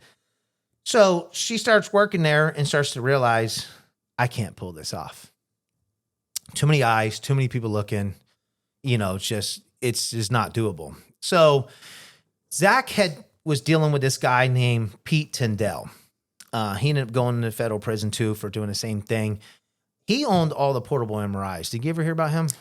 Yeah, they were giving him kickbacks for the portable MRI machine. Yeah, so he had these 18-wheeler semi portable MRIs, like 18, like legit. And he would put them behind strip club parking lots, strip clubs. So I'm like, why strip clubs? He says, because strip clubs are open all night. He says he runs them 24 hours around the clock. So during the daytime, if there's people lined up at the semi-rig, nobody's paying attention because there's so much going on. And at nighttime, the strip club's got people coming and going. And he parks in the back. So it looks, normal. It's not like this industrial park area and there's just like nothing going on. And all of a sudden there's this big line and all these people hanging around this semi-rig, like what's going on? So at the end of the day, it was actually a brilliant idea in a way of what he was doing, because I thought he was running a legit business. And I'm like, dude, he's cleaning out. He's making money. Like, this dude's got it going on. He's got all the pain clinics coming to him. He's getting kickbacks. He's getting everything. Well, come to find out, once we went to trial, he had like 3 or 4 or 5 MRIs. He would just sit there and act like he's sending them off. And then he had like these like blueprint MRIs that he would just stamp out to everybody. Like, So they were just messed up. Not even doing the MRI. I don't even think he's doing it. He's probably got like some little radio he puts on, like some noise being played. Like, I don't even know the truth. I heard that it was all fake. Because Derek said he was telling guys would come in without an MRI and he'd go, look, you know where the strip club is down there? Go down there. Yeah. Here's the guy. Yep. Here's how much it is. Go down there, get one, and come back with it. And according to Derek and most of these guys that I've done the stories for, they're like, nobody doesn't have a problem with their spine. Like almost anybody. If I went right now and I have no back problems, it's going to show something. Yeah. So going to Pete, they do. To say that nobody had back problems, every witness they put on my stand, they all had back problems. They all had. We're going to get into how that whole story played out, but if you went to Pete, even if you did or you didn't, everybody got the same MRIs. Like, everybody's going to have a problem. That was the whole gig that I didn't know. I didn't know about none of this stuff. I learned about it later on. So he went to Pete and offered Pete a stake of our clinics to give us, to advertise to every patient that comes there. To Zach. Yes. So Zach went to him. Zach went to Pete because Zach sent all his people to Pete, to get MRIs. Okay. And so Pete was like, I'm in. I'm in. I want it. And he's like, well, I want the George Brothers patients. Give me every one. And he goes, I'll have them all handwritten to you in no time. And I figured what we were going to do, we were just going to call them and just say, hey, we have a pain clinic open. Okay. So I'm out there building out the place, making sure everything's going good. He's still running down south, taking care of all that stuff. Pete starts to catch, not Pete, but Vinny starts catching wind, and him and Zach start having it out, and he kicks Zach out of the operation and screws us out of the money and everything. So, but I didn't care. I had plenty of money. So I was like, listen, don't worry about it. Let's just finish what we got going on. Let's get this operation rocking and rolling. So now it's time to hire doctors. So I'm 24. I think Zach's 23 at the time. I don't know. I didn't realize you were still this young. Yeah. I got hit by the feds at 26. Oh my God. Okay. Go ahead. Sorry. That's ridiculous. Yeah. I had my first $1 million in cash before I was 21, probably. So I by like 24, we're trying to figure this out, and it was just wild. So we're sitting here like, okay, where do we hire doctors? So we put an ad on Craigslist. We'd heard that like people were having good luck finding doctors on Craigslist. So like we put ads on Craigslist, and we had like tons of doctors like hitting us up. So now we're having to figure out how do you hire doctors? Like, how do you ask questions? Like, it's all fun and games until you have to hire them. Actually, like sit down and have an interview. Like, okay, we've never been to college. We don't have no medical background. And The we're fact gonna, that you just said we don't have no yeah. would probably key off a doctor saying we ain't got none. We ain't got no medical. We ain't got. Oh man. So we had to figure out like how do we lie. We got on Google and we started like Googling all this stuff up to like come up with a speech and like just start getting some like terms and understand knowledge. And so the first one went pretty decent. We scored it. The second one we scored. And then after that, we quit hiring them off of Craigslist and we started going to a headhunter, Dr. Headhunter or whatever. But they're so expensive, like 15 grand average, 15, 20,000 per, like they charge to find us doctors. You tell them what they're looking for and they interview them and do everything for you. Right. So we didn't have to do anything. So because it started getting to where they were asking, like looking at us and we're young and, it started getting to the point where like, we're going to start losing doctors. Right. Like this is going to become a problem. We don't want it. So we were like, dude, let's just drop the 15, 20 grand and let's just have them hire them and do everything else. So now it came to the point to hire staff. Well, we wanted not to be like the George brothers. We didn't understand like how they went about it. So of course, 23, 24 years old. What do? Put an ad on Craigslist. Want job for $18 an hour as a, working in the medical, field or whatever, as a secretary, this, that, and everything else, send picture. Send a photo. Imagine how that go over today. So these girls sent these photos. We're like, no. Swiping left. So we're going through them.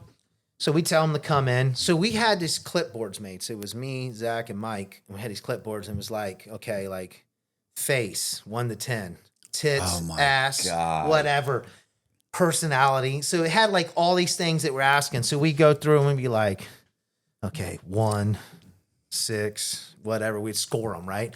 So whoever had the highest scores, we would bring them back in to give them a job, or we would, redo them or whatever. We hired our girls that way. So we like had all these like 9s and 10s working there. Of course, it was just the worst mistake we ever made in our life. Right.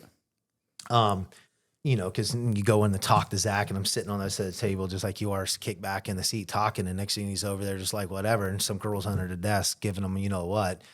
And she's supposed to be working. And it's just, it caused so many problems, like to the point where they're taking tips, bribing, just robbing, like, how they are. They're just, it's out of control. So we hire these girls, we get the operation, we get everything going. The DA comes, approves us. We get everything going. Now it's time to get the patients. So what we do is I walk into Zach and all them sitting in behind the phones calling and there's like, hey, this is American Pain.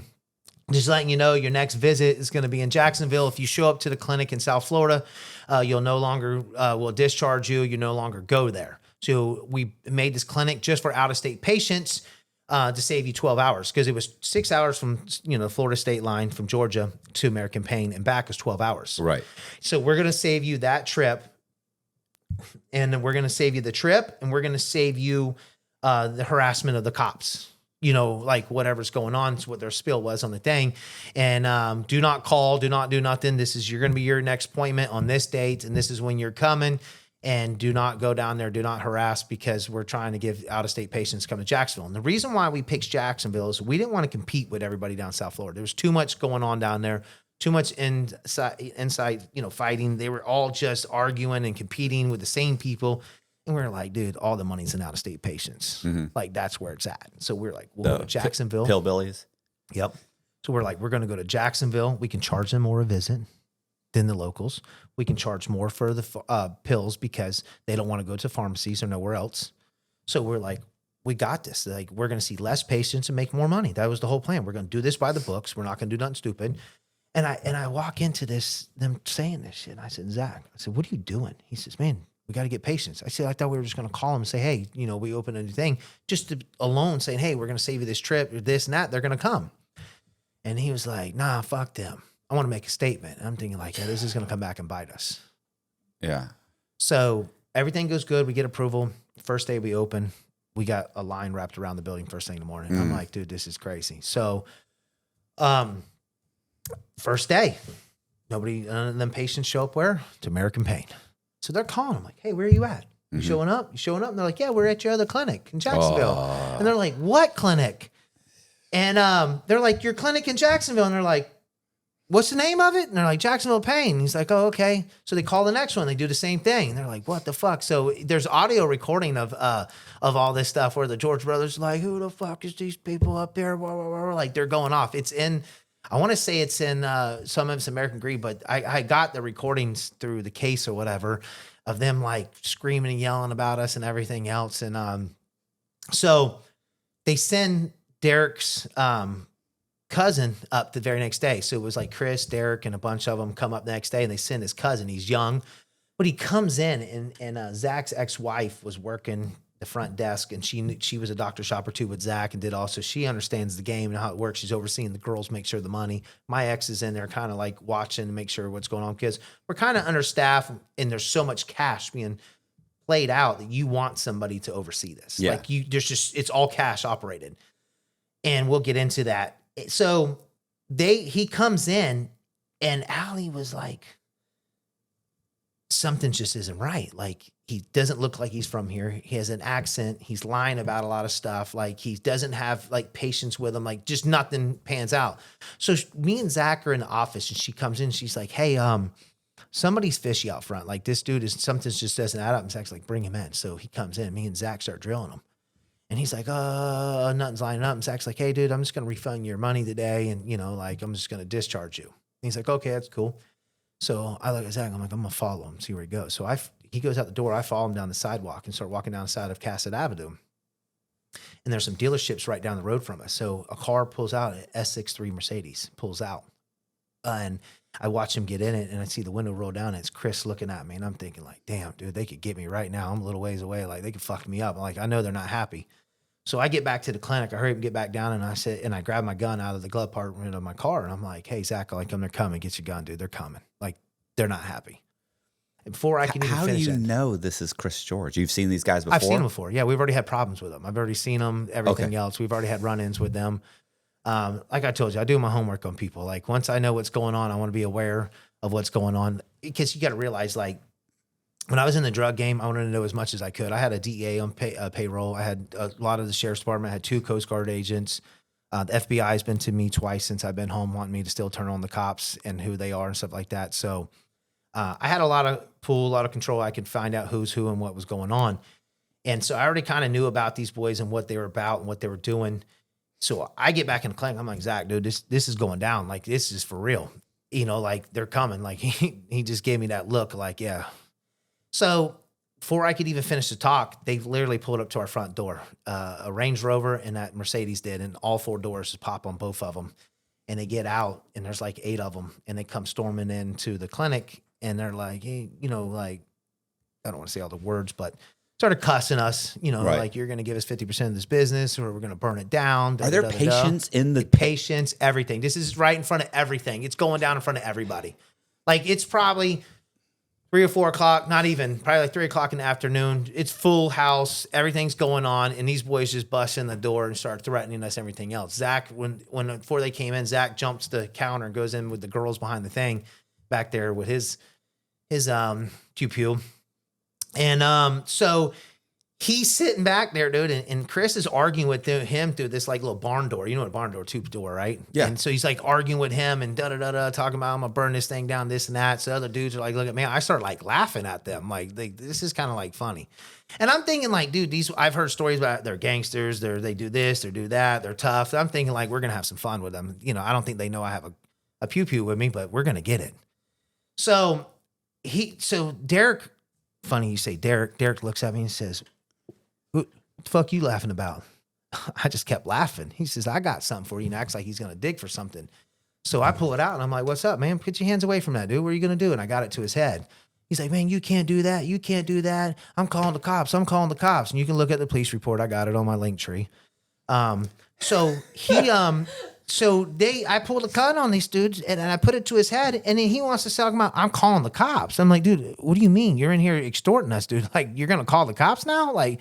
I'm out of here, dude. I'm like, I'm gone. He's on the phone with the cops. So I'm like, this guy just pulled a gun on me in this doctor's office and he can't do that. And we need cops here. So I dart out the door. I'm gone. I get in the car and I leave. I let them deal with it. So the cops are blowing me up. I refuse to answer the phone for an hour.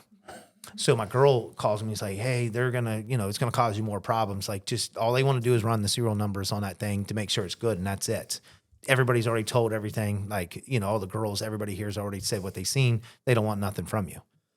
So I go back, and that's all he wanted to do was run numbers. But then we had to stay there because I didn't realize nobody knew that they had a federal investigation under them. So the local cops weren't even allowed to ask a question. So as soon as they got there and they figured out, once they ran IDs and found out they had a no detain on them. And so I've done a whole story on the dudes. You know what a no detain is, right? Do not detain. Yeah, I understand. But so there's already something on file saying do not detain those two. Yes. Like, don't arrest them for drugs. Don't do anything to them because Yes. we have an investigation. You're going to fuck it up. Yes.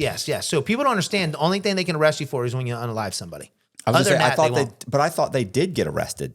They did because the feds showed up. Oh, okay. And they got charged because the feds allowed it. But the state wasn't allowed to do nothing. So they're just holding them. So they're holding them. They held them for it took them 5 or 6 hours for the feds to show up. So they finally show up and they do their investigation. They seize their vehicles. They go to jail for extortion and all kinds of stuff. I don't remember what the charges were, but they went away for it. Then they were trying to sue us and putting lawsuits against us and this and that and threatening us with everything. And we're running our operation. Things are running, running smoother, better. It wasn't like a month or so later, the feds shut them down. Right. So I want to say something. So you said it was Derek's cousin. Yeah. I think it was his brother. No, it's his cousin. You sure? I'm most positive. Okay, I'll check. I think it is. We'll check because I'm almost positive because I remember him telling me this exactly what you just told me, and I remember if it's the same one, by the way, because it might be his younger brother. You might be right. Yeah, because I remember him saying he felt bad because he's like his brother was coming to visit him. The Georges called Derek. This is what we're doing, and he was like, "I'm with my brother." And I'm like, "Fuck." He's like, "Look, I'm going up here. You don't have to go." And his brother's like, "No, I'll go." With Derek's lying. I heard the recordings because they had the recordings at the place. Oh, okay. And Derek was the one that went in there to Chris and the whole thing where they were cussing about us and everything else. And he's like, I'll go up there and take care of them and blah, blah, blah. I've heard the whole recordings. I got a lot of recordings. Well, anyway, what happened was he took his brother and he said when his brother got arrested, he was like, fuck, what have I, I can't fucking believe, this kid's never been in trouble. Yeah. He's like, he's a good kid. He's never been in trouble. What did I just do? Yep. So that's the part I was trying to get to. So it was his brother. It's been so long ago. A lot of these stories, I get my timeline messed up sometimes because you got to remember a lot of stuff's happened in my life. Right. And this it is was all a in family a couple member years. Anyway. Yeah. And the main point of it is they knew what they were doing. That's why I put the police report out there because even in the documentary American Pain, Zach tries to take credit for all this stuff. And, everybody wants to be a gangster until the handcuffs come out. Yeah. So the thing is, all I'm trying to do is clear it up. So like I said, I put all my stuff out there, my docket sheets, all my stuff, anything I can, because I want the story to be clear so people can't say no, everybody tries to take credit for everybody being gangsters and stuff. Well, I was going to say the other thing you had said was bricks. Them throwing bricks through windows. I remember, and I'm sure that's true, but I also remember at one point they got ball bearings and a slingshot. He would pull up. He's like, because you could go really far away. He's like, and you could pull and sit in the car. Yeah. You don't have to throw anything. You can, and he's like, these things would be like, just blow out the windows. They shoot out the signs. But that's some coward type stuff. You know what I'm saying? I mean, it's all kind of semi, it's just like childish stuff that they did. It's like you're, how much money is enough? You can run this legitimately and make a ton of money. And honestly, you could run it legitimately, make a ton of money, and still end up in prison. Our first day, we made $25,000 profit first day. Okay. Second day, we made 50. We kept doubling it. Within the first couple months, we were literally bringing in we were opening up clinics so fast. We were getting other locations. We had more doctors than we knew what to do with. Are you having problems with the local businesses and the police? Not right this second. We were opening up so fast. I mean, within months, we had 3 clinics up and running. Jacksonville became a problem, and I'm going to explain why. So everything's growing so fast. Jacksonville only had 6 designated parking spots because it was like a building that had a bunch of things. You know how they have the little parking spots.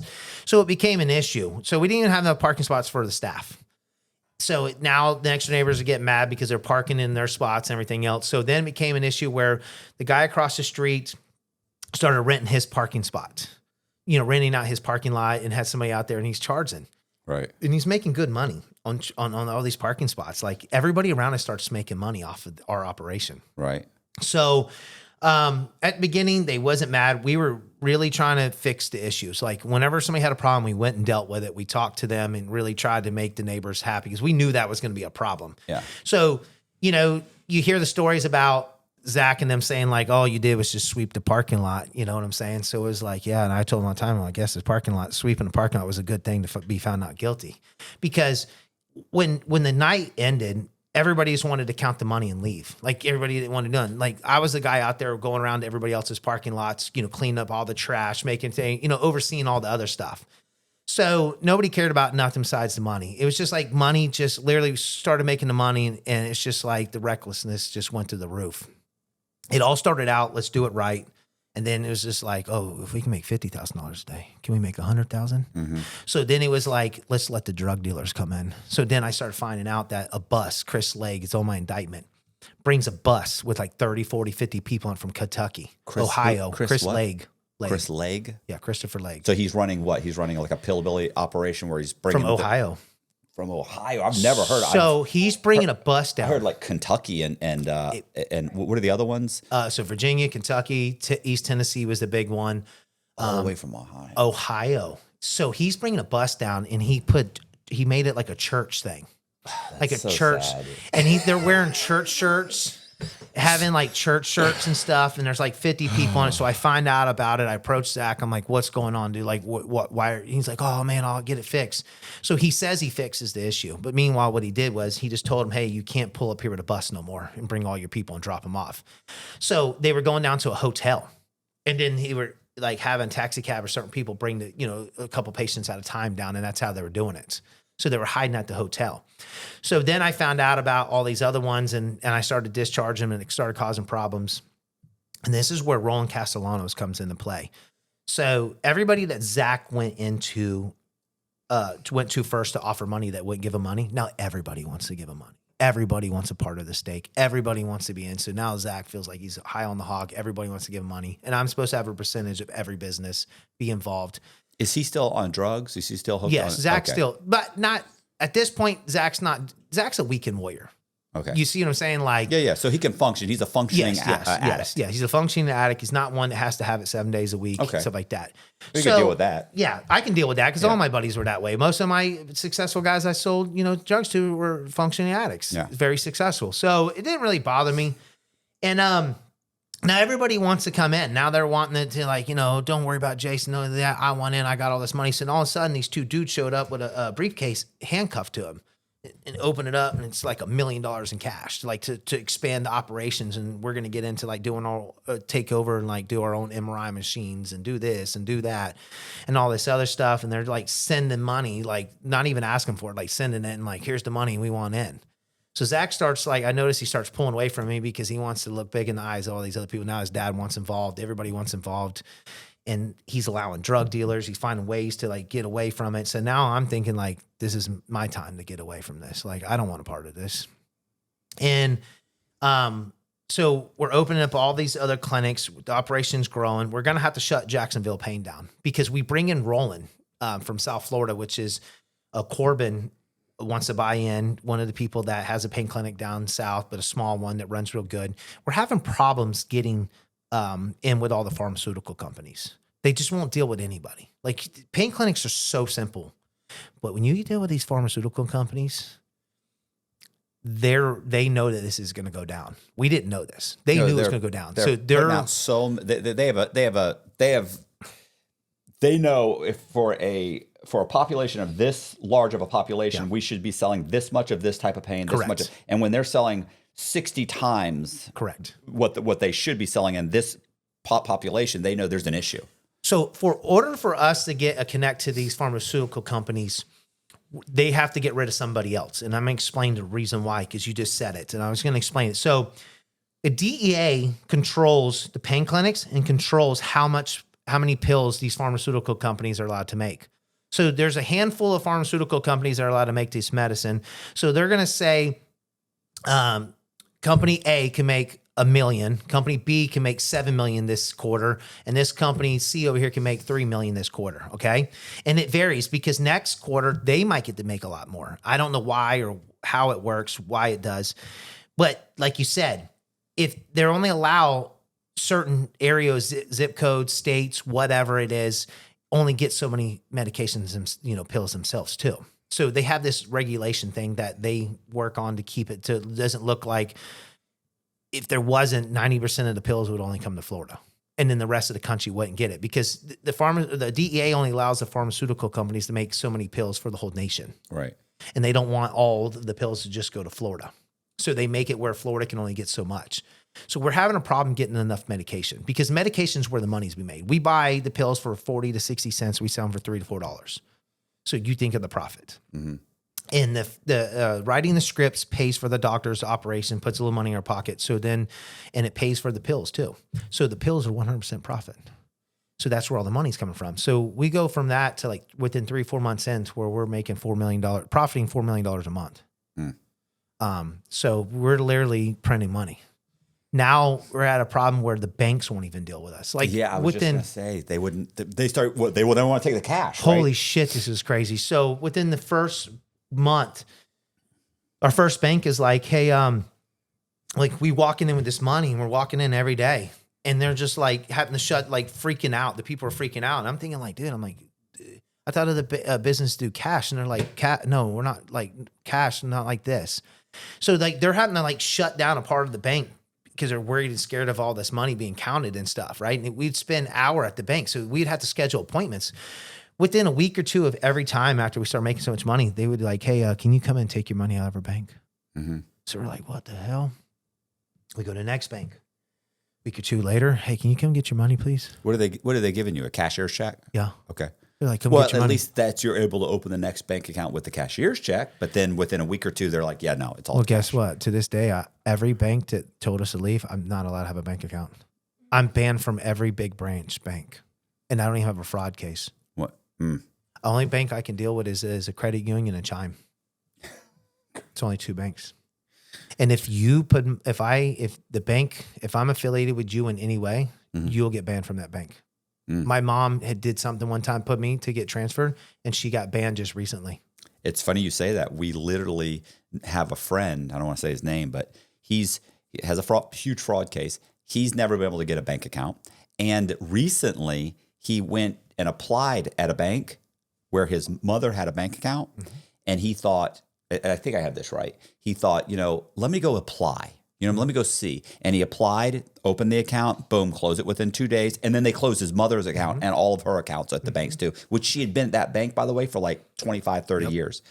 And he was like, so I don't even understand why they, just because there was a connection there. Because they feel like you're going to use that bank account to do something with it.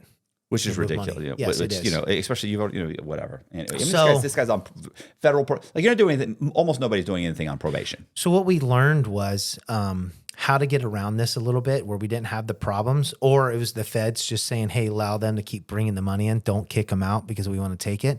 Is we noticed a trend. As soon as we got a bricks truck to come pick the money up every day, because we were worried, we were scared, thinking like, dude, we're walking out of this clinic. Like it would take us forever to count the money. Like we'd have a money machine. If this table is the same size as yours, we'd have it filled up with 1s, 5s, 10s, this whole table probably 6 to 8 inches tall, the whole table with money just stacked every day.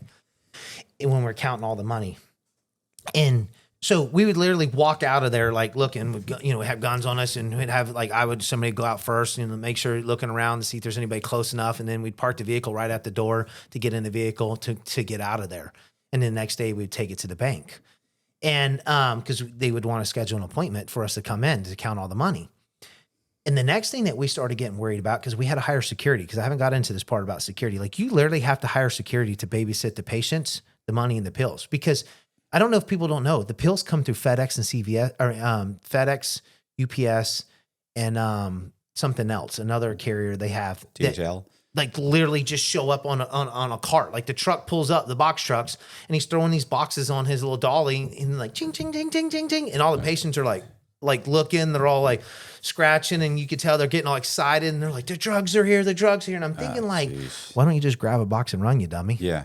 Like it never happened. I couldn't believe it. So me and Zach are like, dude, we got to hire security. Like it's just a matter of time. Somebody's going to come up and steal all of our medication and screw us.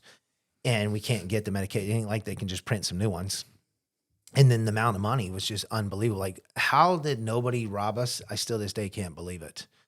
So we hired security, and that bit us in the butt because during trial, they were all like, oh, what kind of business needs the security and this and that?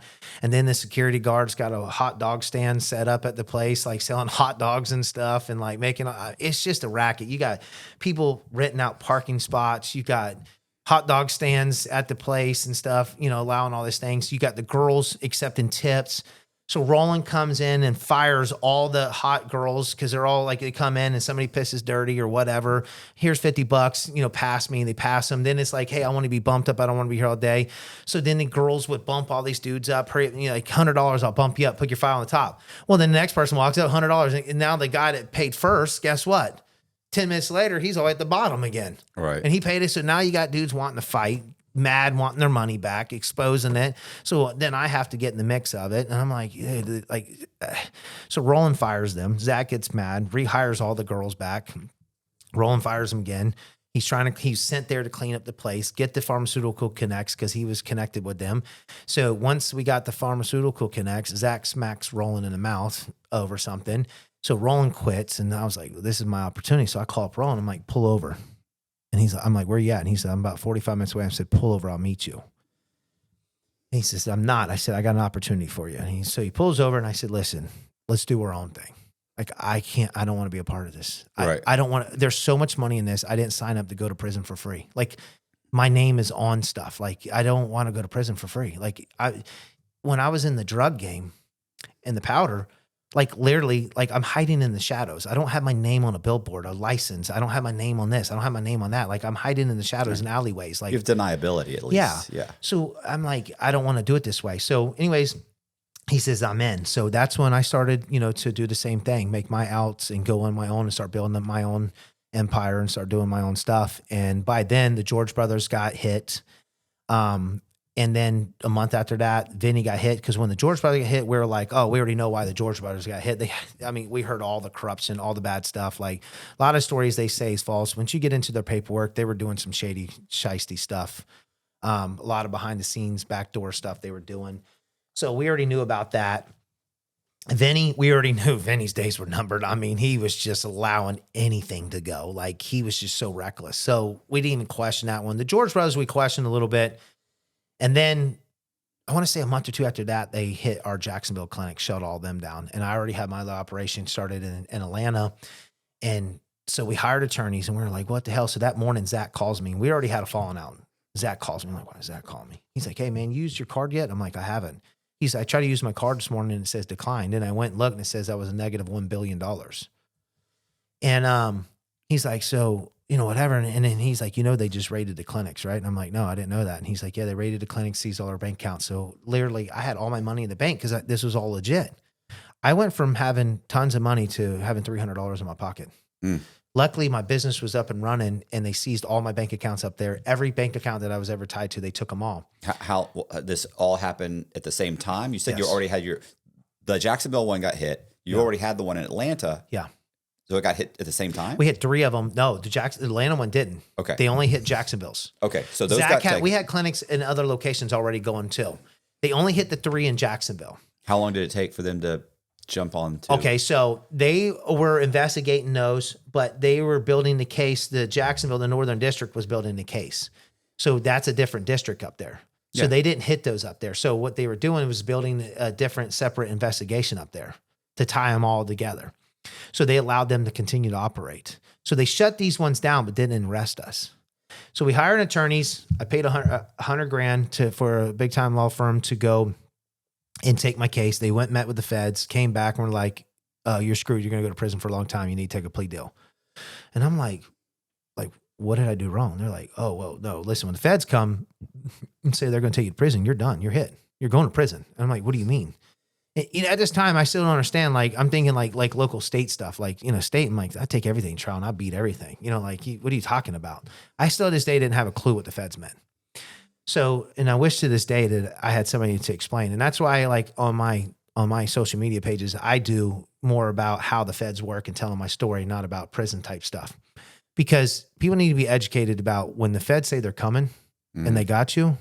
What does that mean? Yeah, they're gonna find they got you. It's not you. They're gonna find something. Yeah, it's over. They're done. Even if you can sit here just like you're saying, I did everything legit. I did this. It doesn't matter. Correct. They're gonna tie you into something.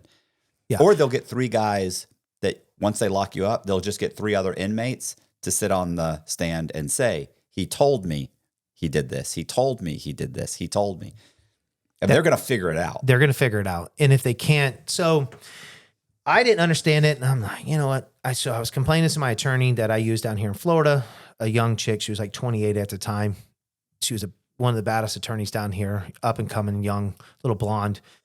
And so she took care of all my drug stuff down here and was, overseeing all my guys and just absolutely just beat the brakes off all the local cops all the time. So I was complaining to her and she's like, man, just give it a chance, blah, blah, blah. I don't mess with the feds. I don't like messing with them. I don't deal with them, blah, blah, blah. I kept complaining. And I kept running my operation, and they told me, the attorney told me straight up, he's like, Jason, you have 2 options. He says, you can shut your other operations down and give up right now and just wait, or you can continue to operate and stack as much as money away as you can. He says, because no matter what, you're going to get the same amount of time. He says, what I was told, he says, you boys are going away for a long time. He said, so you do what you want to do. He says, but he was hinting to me like, if I was you, I'd just keep rocking and rolling and put it away, make sure everybody was taken care of. Mm-hmm. So I took the hint and I was like, you know what, dude? If I'm done, I'm done. Let's just rock it. So we were on like overdrive. Let's just do what we can. So at this time, I had already got back in the game. I had financed a big operation out of California, moving anywhere from 500 to 1,000 pounds of green back this way, and had a bunch of other stuff going on, other businesses. Got into hydroponic fertilizer because we were in the growing at this time. So I had a lot of operations going on, a lot of stuff, money coming in everywhere. I mean, my last year, that very next year, I was guaranteed to make clear $9 million, up to $12 million, depending on if everything went smooth. I was going to make, close to $9 to $12 million bring home after paying everything. But you're still just waiting for the feds to grab you. I'm still waiting for the feds to grab me. Had you considered are you doing anything to hide where you're staying? No. Okay. I didn't do anything. And the reason why is I'm going to tell you, I got great advice from somebody really good and was like, listen, Jason, don't do anything that's going to think you're going to run, escape. It's going to hurt your deal trying to get a bond with the feds. Don't do it. They already know where you're at. They know everything about you. Just continue. If you're going to do it, just continue to keep doing what you're doing and just do what your plan is. Whatever your plan is to hide money or whatever it is, you just keep that business to yourself. And this was a conversation at a gas station. One of my dad's buddies did time with the feds, and he had heard at my clinics, and he'd been waiting to meet me. He didn't want to come to my house. He didn't want to call me. He bumped into me one day, and he's like, I've been waiting to see you. He's, I'm going to tell you how they work. He says, they build their case against you first. He says, when they come to you, they already got you. And I still don't understand what he's talking about. He's like, what they're going to do is usually what they do is they watch you long enough to figure out who you're buying and you're selling to. They want to know your whole operation before they take you down. He says, and they won't take you down until they know where all the money's at. He says, that's just how they work. He says, once they feel like they know where all the money's at, then they'll take you down. He says, so they figured out, they've already got a mathematical equation. He says, and this was a pretty big drug smuggler in the 80s. He did time in feds. And he's like, they've already figured out what you made, what you kind of spent, and what they think you have left.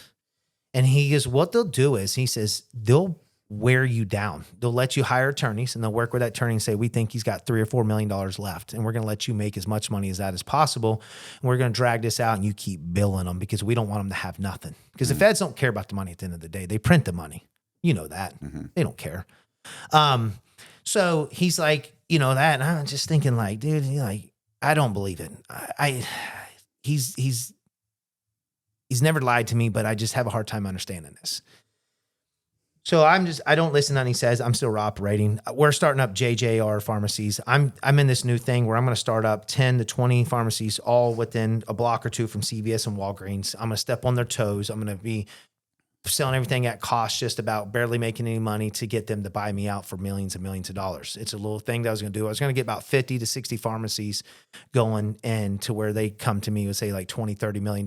We want you to stop this and we'll buy you out. Because I had met somebody that did this, had a bunch of mom and pops, and CVS and Walgreens came in, and he wouldn't sell to them. And he was, growing, and they finally came to him with a figure like, we want you to stop. Here's the money. So I was like, well, I'm going to do the same thing. Let's rock this. I had plenty of money. So I had the green thing, the hydroponic fertilizer company.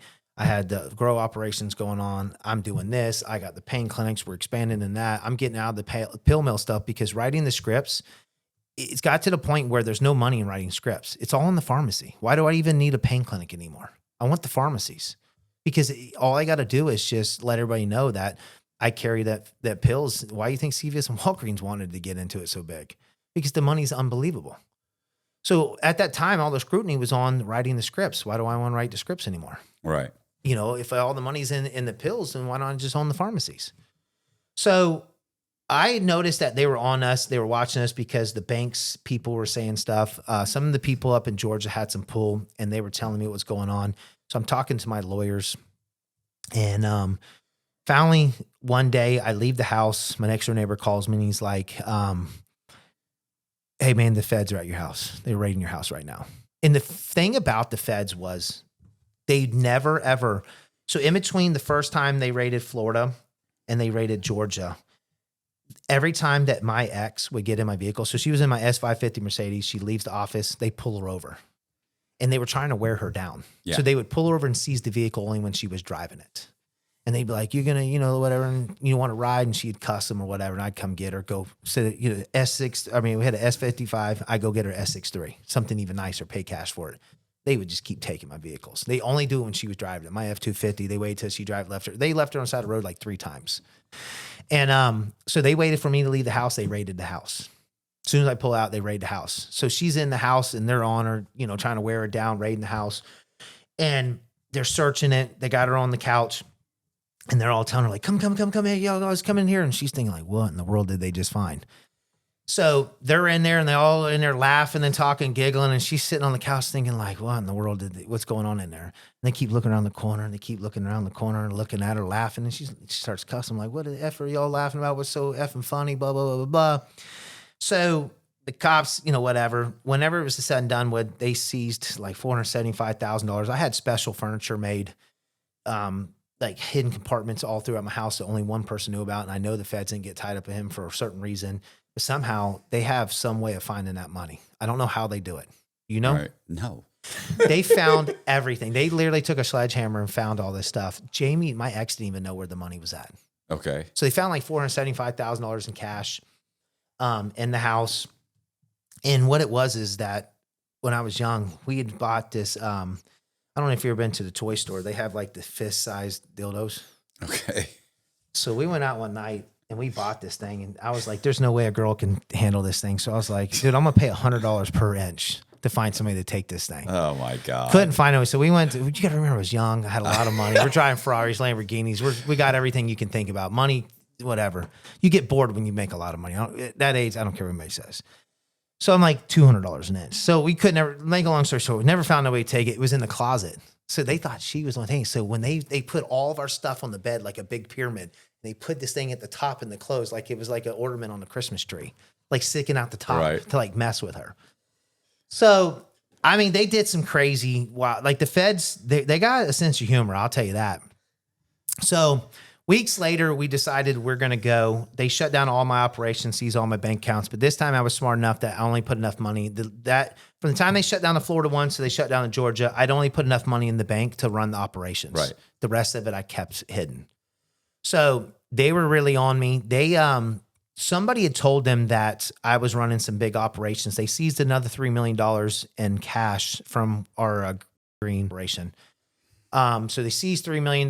They would never seize the green. They always seized the money going out. And I know they knew they knew the shipments were coming. So how did you know about the 2 money shipments, but not the product coming? Right. And it just showed that. And I asked my attorney this, and she was like, they don't want the product. They can't make no money. Can't do nothing they with just it. have They to burn burn it. Yeah. But the money, they can actually put it into their escrow thing into like buy equipment and fund their operations and do other stuff. So they'd rather have the money. And I was like, dude, that's crazy. So weeks later, we go to shut the house down because, I got the pharmacy thing going on. I got all these other operations that I'm running. So I'm like, you know what, dude, I'm just going to continue. I'm just over this. Like, let's just get it going. I go up there to, at this time, I still haven't been arrested. So I get to Atlanta. Me and Jesse go up there to shut the house down and to get everything. And I had this huge house up there with all this furniture. So I called my brother from Tennessee because my whole family moved to Tennessee.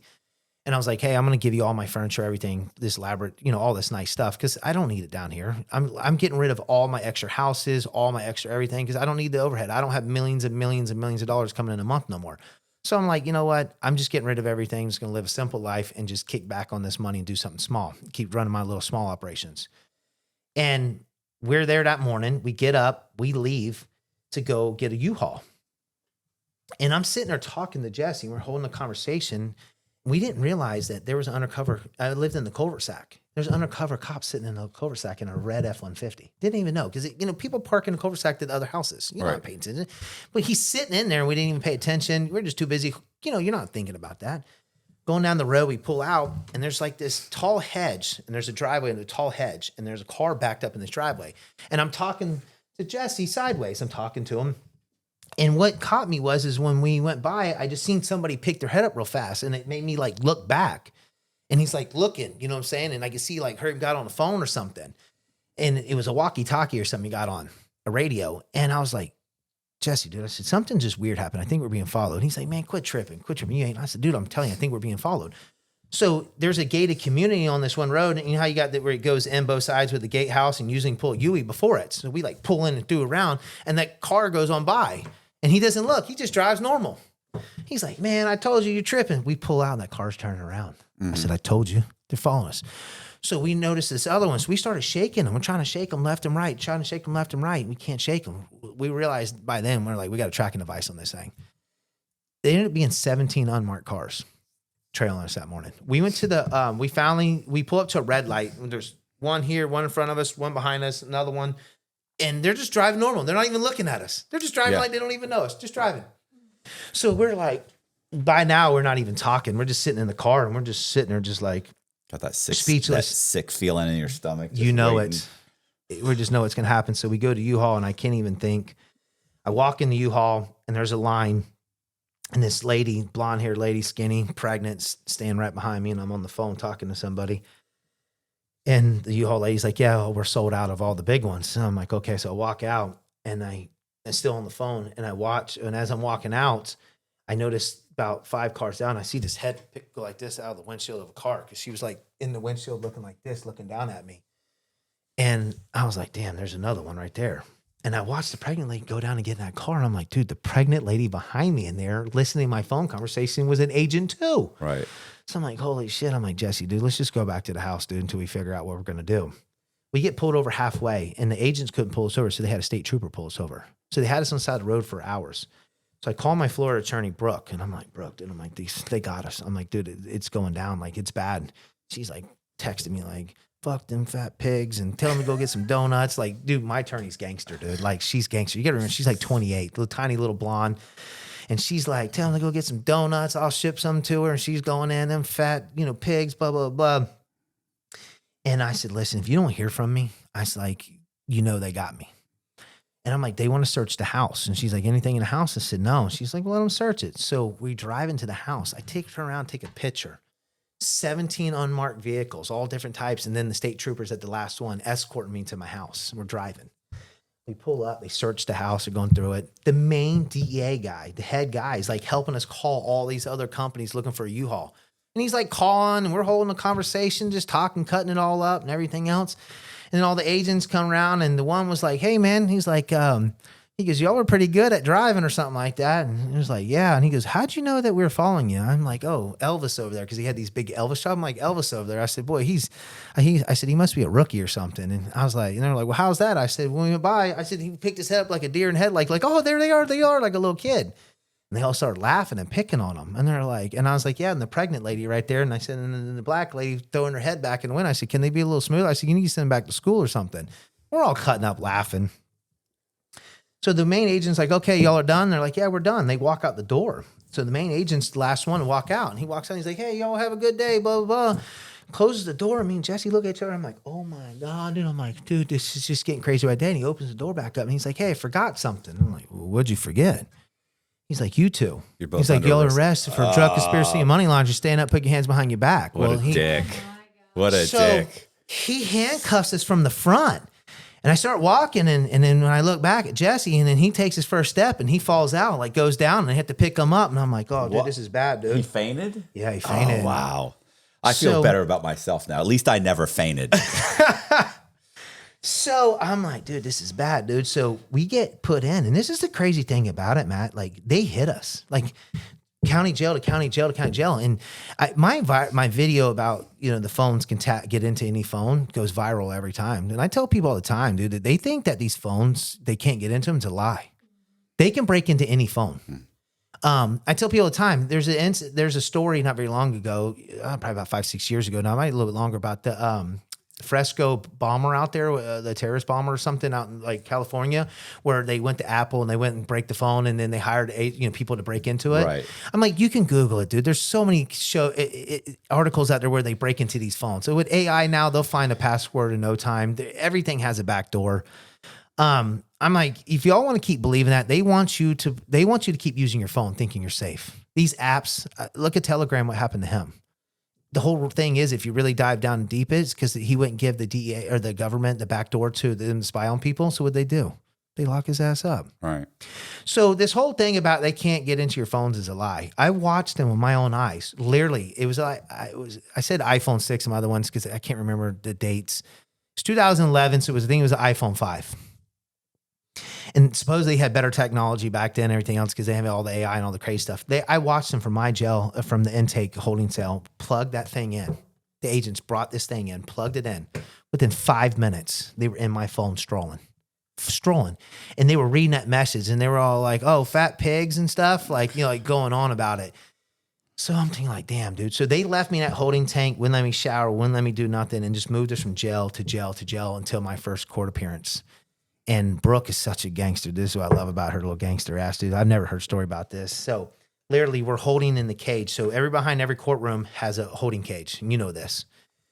Literally the door flies open. All these attorneys come flying in. Who's such and such? Who's this? Who's that? Da, da, da. And I'm like, and they're like, who's Votrobek? I mean, they're like, well, we don't know who you are, but Brooke Butler just paid for all of us. Vetted all of us, found the best legal team. This is like, I remember her words that one guy was like, this is something you see in the movies. So she had called and found out and was like, if you were in trouble, who would you hire? She found out who the best attorneys were. And then she wanted to build a team. And the reason why she was wanting to build a team was for my security and my security only, to find out who was going to cooperate and who was. So attorneys work with certain people, but they won't work against each other. You have to fire them to work against each other. So she built a team, and I got Young Thug's attorney, Brian Steele. So she found out Brian was one of the top attorneys.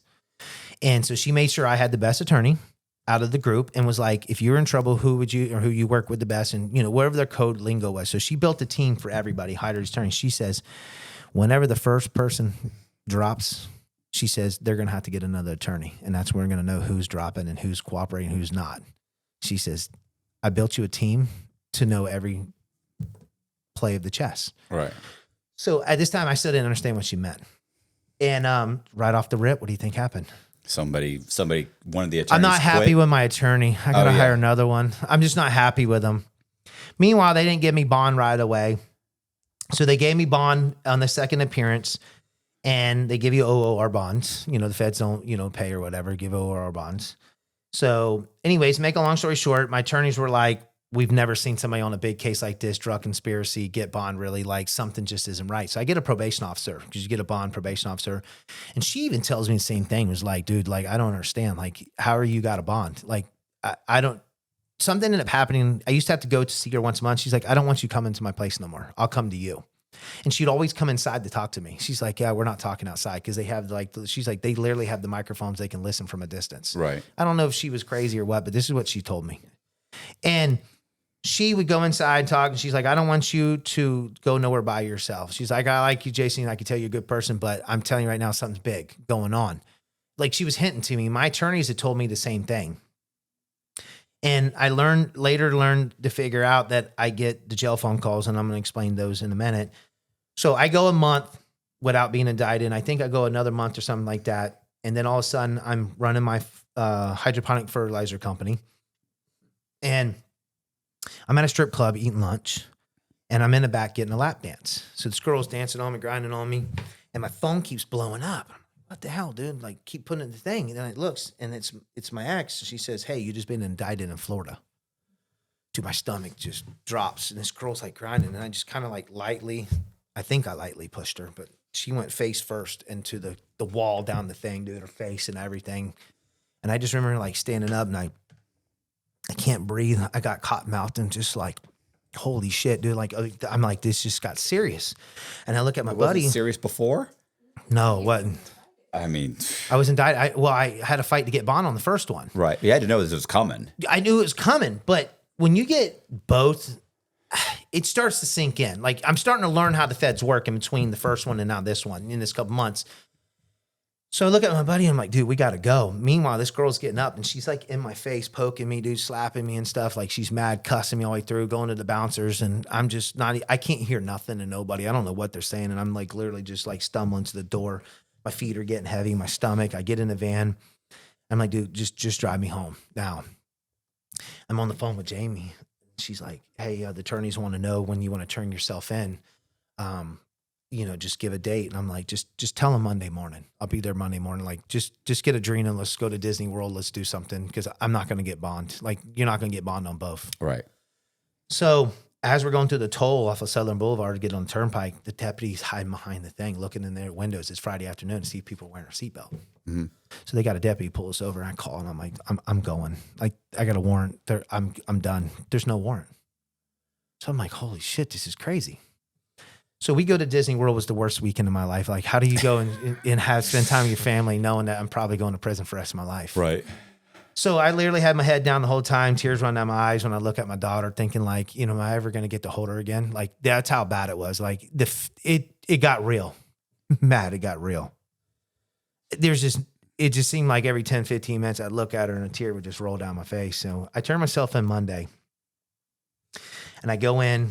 They have a U.S. Marshals in the courthouse there. I don't know if you know that too, like a U.S. Marshals office. Yeah. So you turn yourself in. That's where they print you and they take your photo, right? Yeah. Yeah, they print you, they do your photo. Okay, so and they do the DNA swab. And I got Janet, the FBI, and I have Bruce, the DEA.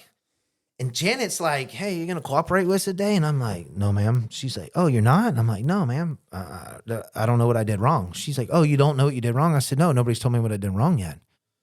She says, oh, you're going to find out. I'm like, yes, ma'am, I'm sure I'm going to find out. And she's like, so you're going to tell me you're not cooperating? I'm like, yes, I'm not cooperating. That's your job. That's something you do.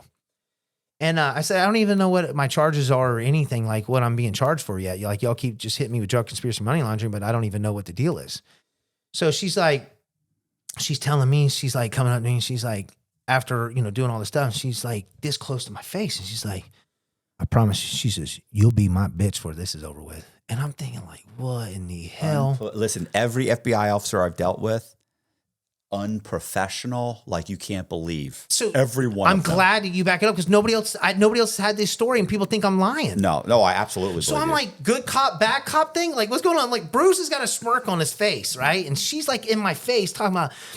She asked me. She says, "You know how much time you looking at?" I said, "No, man." She goes, sniffs me up the side, like she's short lady. She's like, "Ooh, it's gonna hurt." And I'm thinking like, what in the hell? And she tells me I'm going to be her bitch. And I'm thinking like, no, I'm not. I promise you I'm not going to be, right? So I'm not happy with my attorneys and all this stuff. So I begged Brooke to come on. Brooke's like, I'll fight your one case. I'm going to fight your Florida one because my Florida attorneys were horrible. So she comes on. She's going to fight my case. She tells me straight, she's like, Jason, do not pay me a penny. I'm going to do this case pro bono. I'm like, why? She's like, just trust me. But she's a state criminal defense attorney, not a federal. She's going to fight the federal one? She's licensed in the middle district. Okay. She's only licensed in the one district. Okay. Well, For some reason, never fought a Fed case in her life. Oh, that's what I was going to say, because usually they specialize in one or the other. But I paid all these big attorneys. So I hired one for $100,000, and they told me to take a plea deal, and I didn't like how they were. So I hired another one, told them I'm only going to give them $50,000 up front. So I give them $50,000 just to go meet with the feds again. They tell me that I'm screwed, and they telling me the same thing. You need to take a plea deal, and I'm like, we're not going to even look at the indictment or the stuff before I make a decision. They're like, no, dude. When the feds say this, I'm like, I just spent $150,000 just to be told to take a plea deal. Like this is highway robbery. Lawyers are all frauds. They're crooks. There's far few in between that are actually good. I'd say 5 to 10%. The rest of them are crooks. They just take your money. They get you when you're vulnerable, when you're down, and they just milk you to death. So I complained to Brooke. Brooke's like, I'll do this one case. I'll do this one for you. I don't mess with the feds, but we were really tight. You know what I'm saying? So I'm like, okay.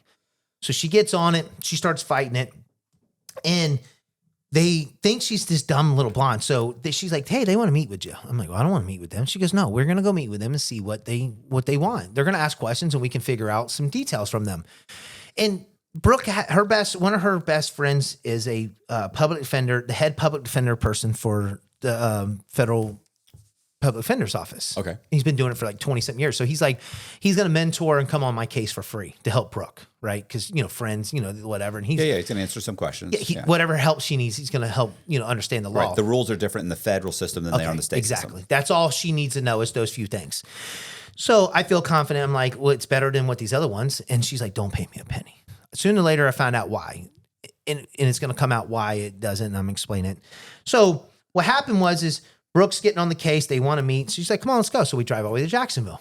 So she goes in, she talks to them, she comes out and says, come on in. So I go in, we sit at this big table and everybody's there. And they're like, okay, Votrobek, tell us what you know. I look at Brooke and I'm like, Brooke, I thought, she's like, step out. So I step out. They have it out. All I hear, because she always wore like these short skirts, but she'd always like push her boobs up a little bit and wear these things. And you hear them heels clink, clink, clink coming down the hallway.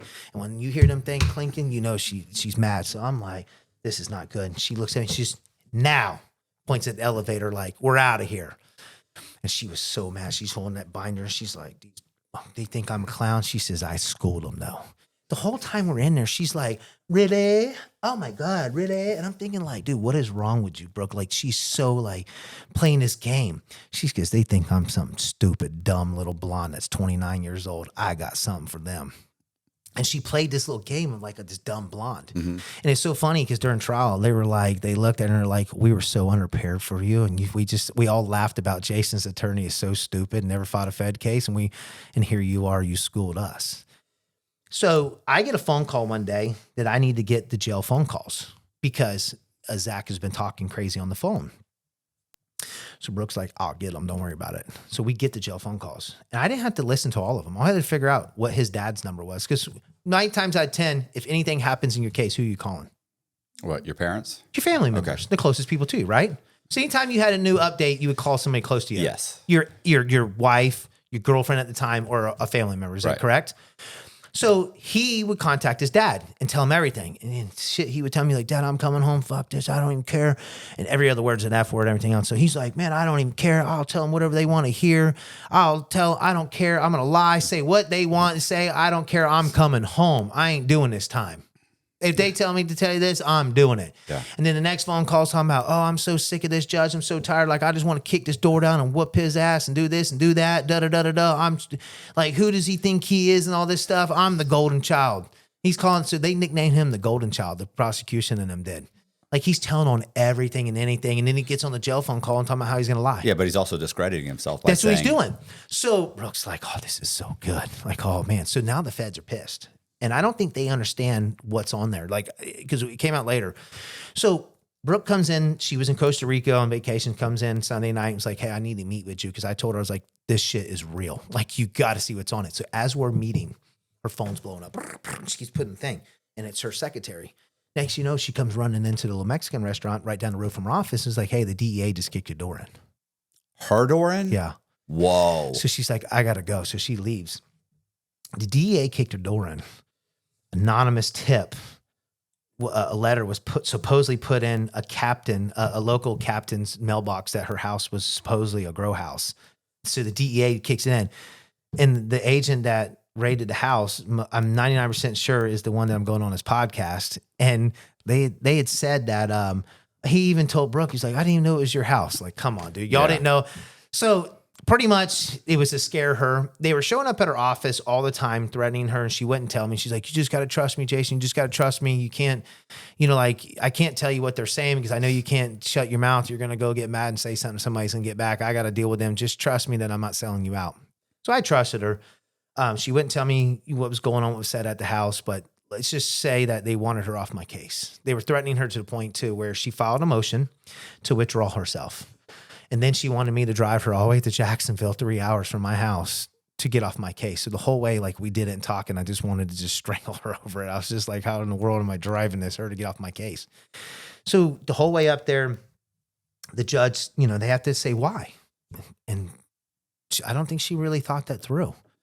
So she told the judge that she was going to stay on. I don't think she wanted to answer I don't think the reason she came up with, because it was months, it was a reasonable time of where she had to have a good excuse, because when it's close to going to trial, you have to have a good excuse. Right.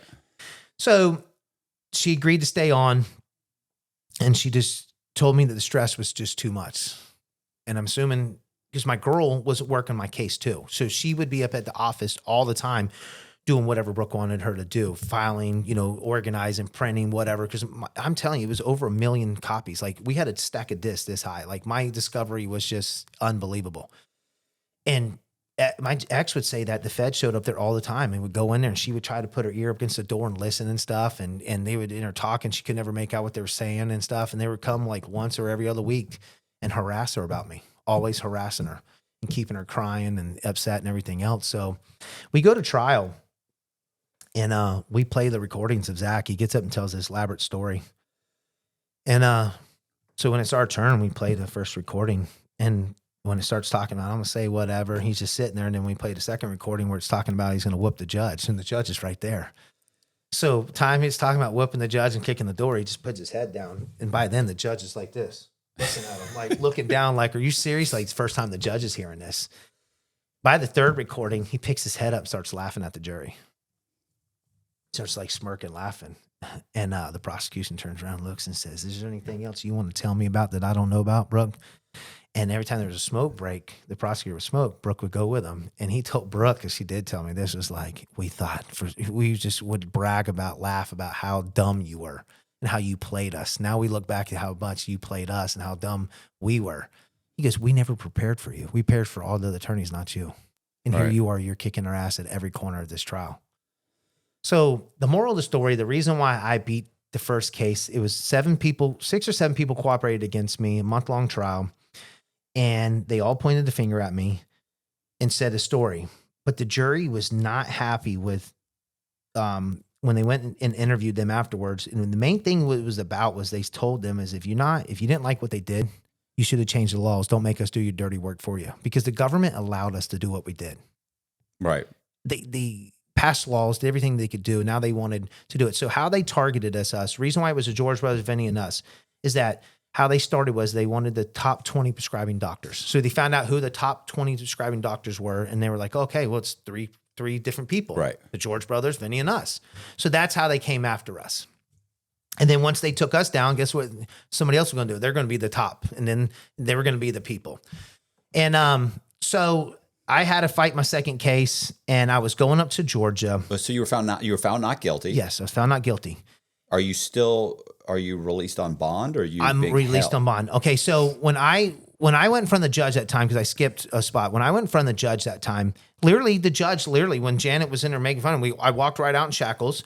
He was like, okay, we're going to do the same bond as Georgia, and have a nice day. That quick. I'm like, what in the world? I'm like, nobody ever gets a bond on 2 things. Like, even everybody was just like, it was normal. My attorney was like, well, take that as you're lucky. And I'm like, no, something's not right.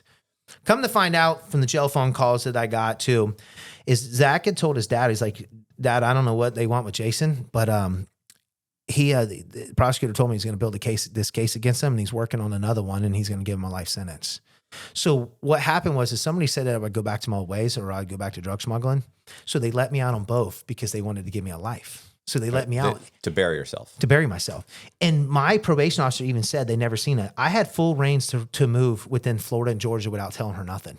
See, normally it's only your district. So Right. like I'm in a southern district. So if I leave the southern district, I have to ask permission.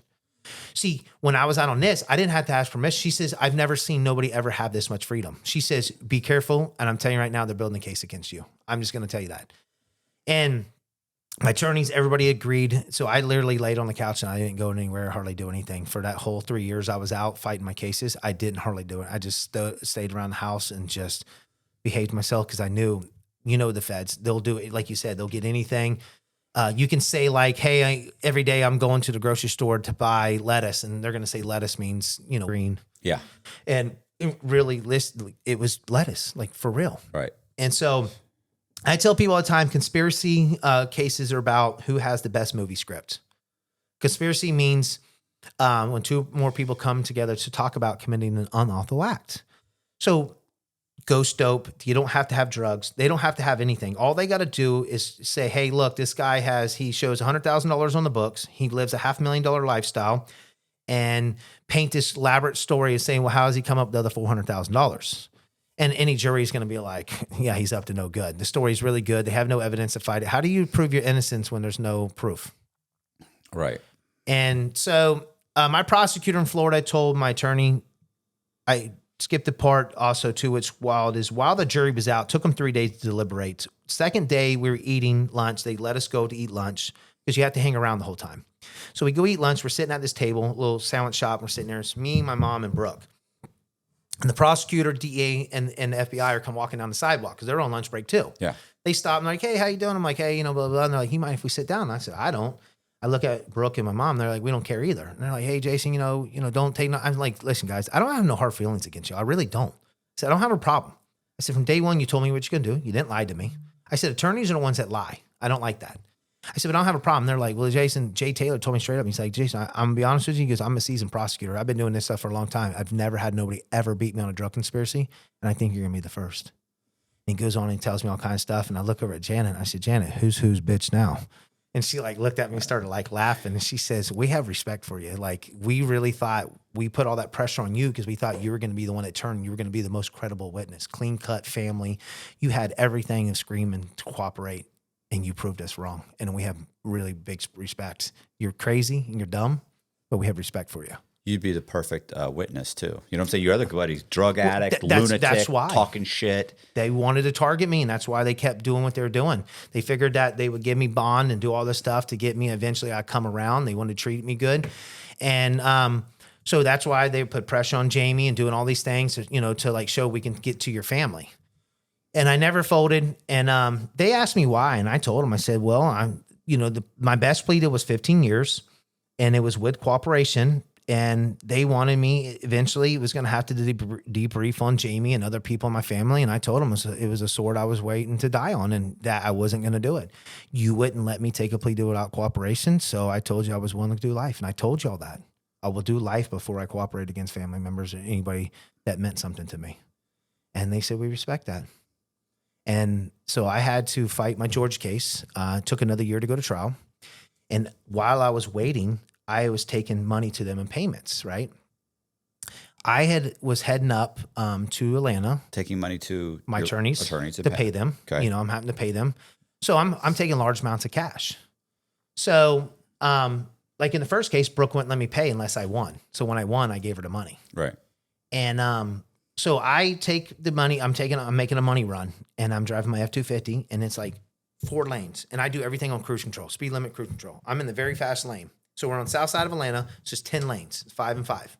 I'm in this one. I watch a state trooper get on and he starts coming over and I'm just watching because, I just don't want him right on my ass. I'm going to move, as I go.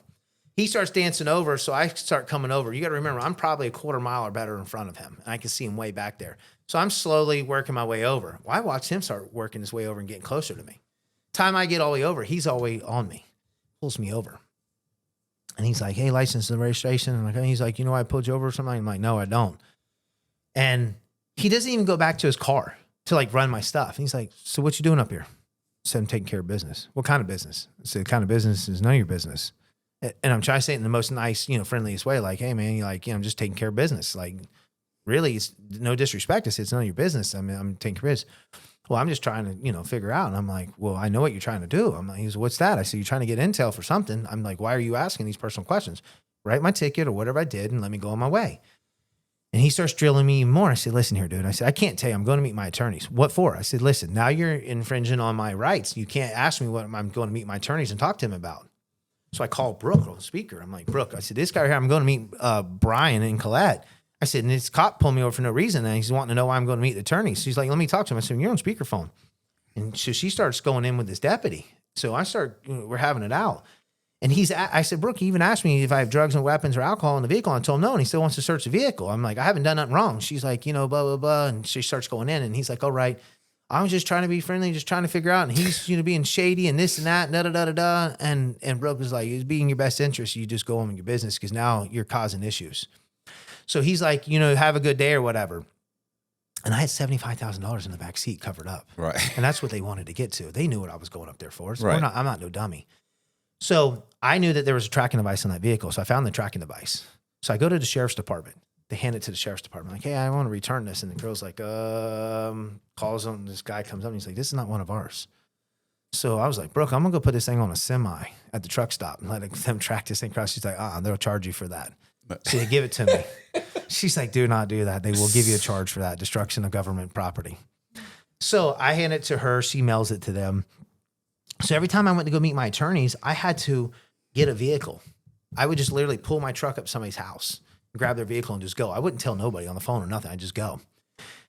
Well, after that deal, I went to try to give them some more cash and they wouldn't accept my money. They said, we can't take your money no more. And I knew right in there, I'm like, this is why Brooke didn't accept my money. This is why Brooke said, don't pay. She said, pay me after. So, because then they're not interested anymore. Somebody, I'm going to leak it. Somebody in the law firm contacts me. Didn't contact me, contact another law firm of mine and let them know that the reason why they can't take my money is because the feds went to them and said, do you know where Jason's getting his money from? And they said, no. And they said, do you know if it's any of the money we're looking for? And they said, we don't know. They said, if we can prove 1 penny of that money is ill-gotten gains. Money laundering, right? We're going to hit you with money laundering. They said, but if you make them lose in trial or take a plea deal, we won't hit you with it. So my attorneys wouldn't let me pay them cash no more. So I had to go to somebody and launder money, give them 10% of my money to give me a check to take to them from there on out. So I knew then and there, I'm saying like, Brooke, I'm screwed. She's like, no, Brian's still a good attorney. Just trust me. I've talked to him, blah, blah, blah. So we go to trial. We're whooping them the first 2 weeks. Just like in Florida, I had recordings of my co-defendants. So one of my main co-defendants had wrote a statement to my attorneys and had it notarized of like, because everybody was going to trial besides Jesse. And Jesse, when I found out he cooperated, when he did his debriefing, I got it and I called him off another phone like, hey man, because we're not allowed to talk to each other. I'm like, dude, why are you lying? Why are you saying this? I got it recorded on my phone right now. I've been waiting to leak it. He's like, man, I didn't say that. Da, da, da, da, da. Trust me, I didn't say them things. I'm like, yeah, but you need to get this fixed. He's like, dude, I'm going to call my attorney and get this stuff changed. I didn't say that. It's not what happened. I'm like, why are you saying that this, and that? I didn't say it. My attorney's like, good, we got this. Now we can get him on stand. We can bust him up too. So when Tar gets on the thing, the one that wrote the statement, she gets up there and my attorneys are not doing nothing, not asking none of the questions. And like, they're asking a little bit, but not like the stuff that we have. So the judge asked for a break, for the staff to, the jurors to go use, a restroom break. And I look around like, where's my attorney? Because, I'm complaining to my mom and them. I look back and he's not there. So we have a conference room. Each attorney gets their own like conference room to go back to do your paperwork and, talk, off the record. And I walk in and it's my attorney and her attorney. And I walk in there, his attorney tell my attorney, I thought you were going to take it easy on her so she can keep her plea deal. So I went after my attorney. I went to fight him right there on the spot. And the other attorney got in between and it caused a big scene. And it was a big deal. Like we had to have a motion hearing over it. And they kept him on, which is crazy. They wouldn't let you fire your attorney? Yeah, they kept him on. We won out of like probably 200 objections. We won one objection during the whole trial. Every time we objected, wouldn't even listen or not. Basically, my attorneys got tired of objecting because it looked so bad. I did 4 mock jury trials. I paid for 4 mock juries. It probably cost me like $200,000 to do mock jury trials. So I would stage juries. That's how we were learning how to fight these cases. So I did these things. I had juror consultants. I paid another $50,000 just somebody sit there and watch the juror to help, all that stuff, like send notes the whole time, get off that subject, stay on this one. That one's good. Stay off this one. Like send notes nonstop to my attorneys to know what to do.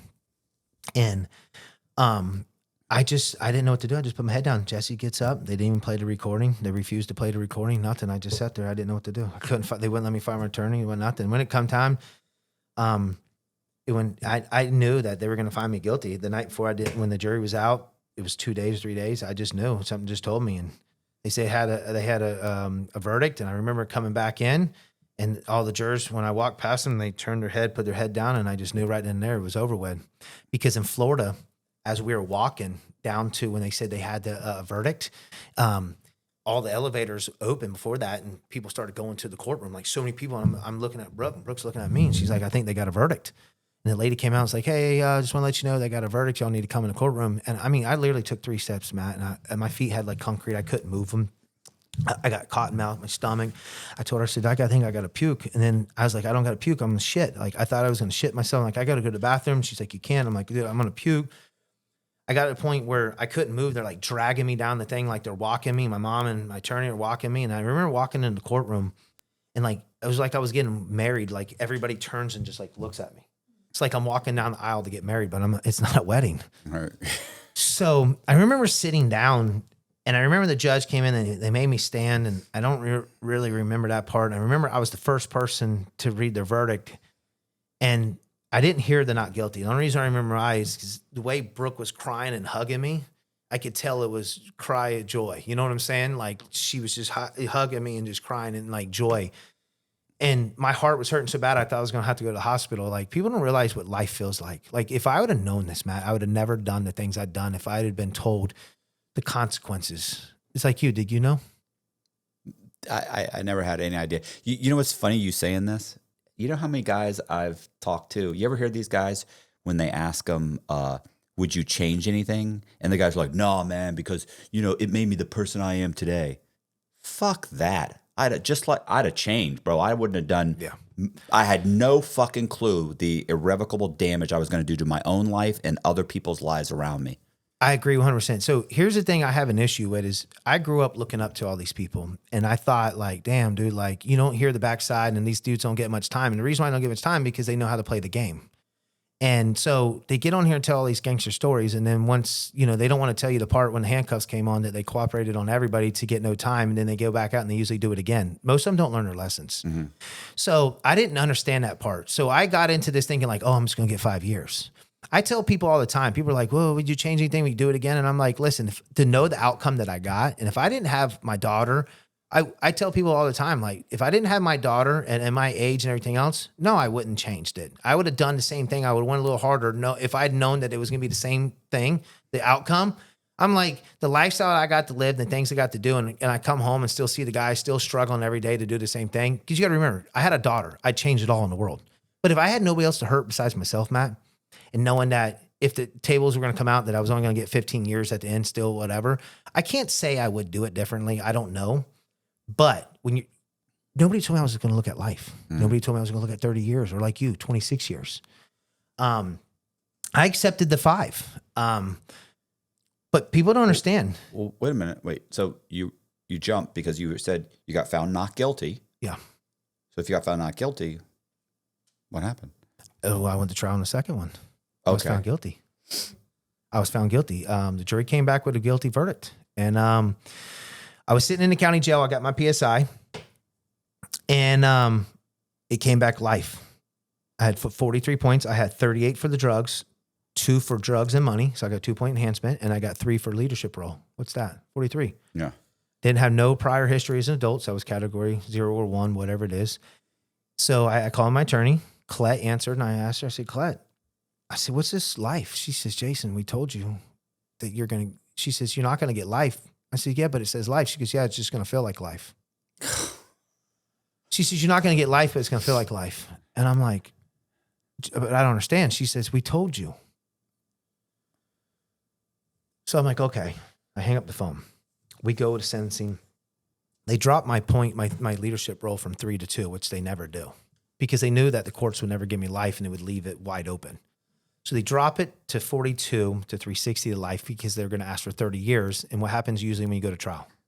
Well, they give you the high end of the guidelines typically. High end. Yeah. Well, in that case, they were probably going to do what? Give me 30 and justify by going, well, you got the low ends of your guidelines, you know, and Which be makes like, it almost impossible to appeal, do anything because you got the low end. Yeah. So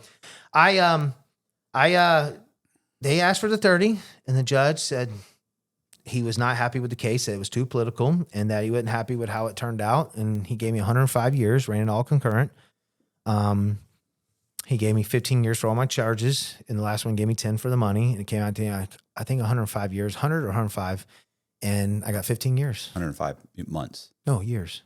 You got 105. I got 180 months for each one of my charges. Add them up. Okay, but I what? ran all concurrent. Okay. As I said, it gave me 105 years, but it ran all concurrent with the 15. Okay.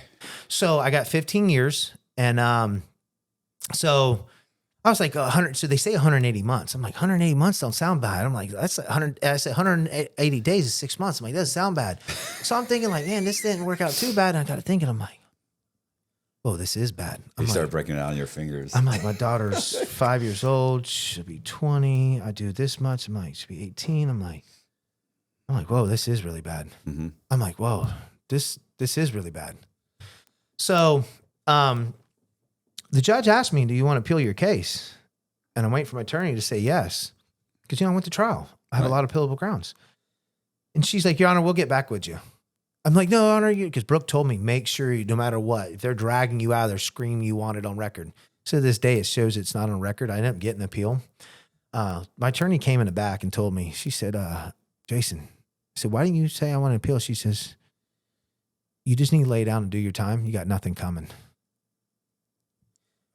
I appealed my shit all the way to the Supreme Court. You know what they all told me? What? You already got relief by not getting life. Right. I said, dude, what? That's what they told me. And I hate to tell you this. I hate to say this, but in the grand scheme of things, it could have been so much worse for you. So whether you deserve it or not. No, you 100%. Right. You see what I'm saying? Because whenever people talk to me, I'm like, look, if you're guilty, you have no reason to go to trial. If you're 100% innocent, you still have a 50% chance of being found guilty. Yeah. Do you see what I'm saying? Like people don't realize it. Like, oh, well, I'm innocent. Yeah, okay, that's great. It's still a roll of the dice. No, I'm innocent. No, it's still a fucking roll of the dice. You're 100% correct. Yeah, I've hear that all the time. People that have went to trial are like, no, 50s, you're giving them too much credit. You're giving way too much credit. Way too much. So, what's so crazy about the whole thing is, so 8 years in, COVID hits. Mm-hmm. So Trump passes first episode. I get a year off from that. I come home on home confinement after 8 years. So I was on home confinement for 3.5 years. And then I get a clemency from Joe Biden. So I get another 13 months off my case. So at the end of the day, it wasn't all so bad. I did lose a lot, but I went from life, going to trial on both, winning one, losing, looking at life, asked for 30, got 15, but only did 8. Mm-hmm. And it's like, it's like I got screwed, but I got blessed at the same time. I was just saying, as horrible as this is, that's a win. It is a win. It's a win.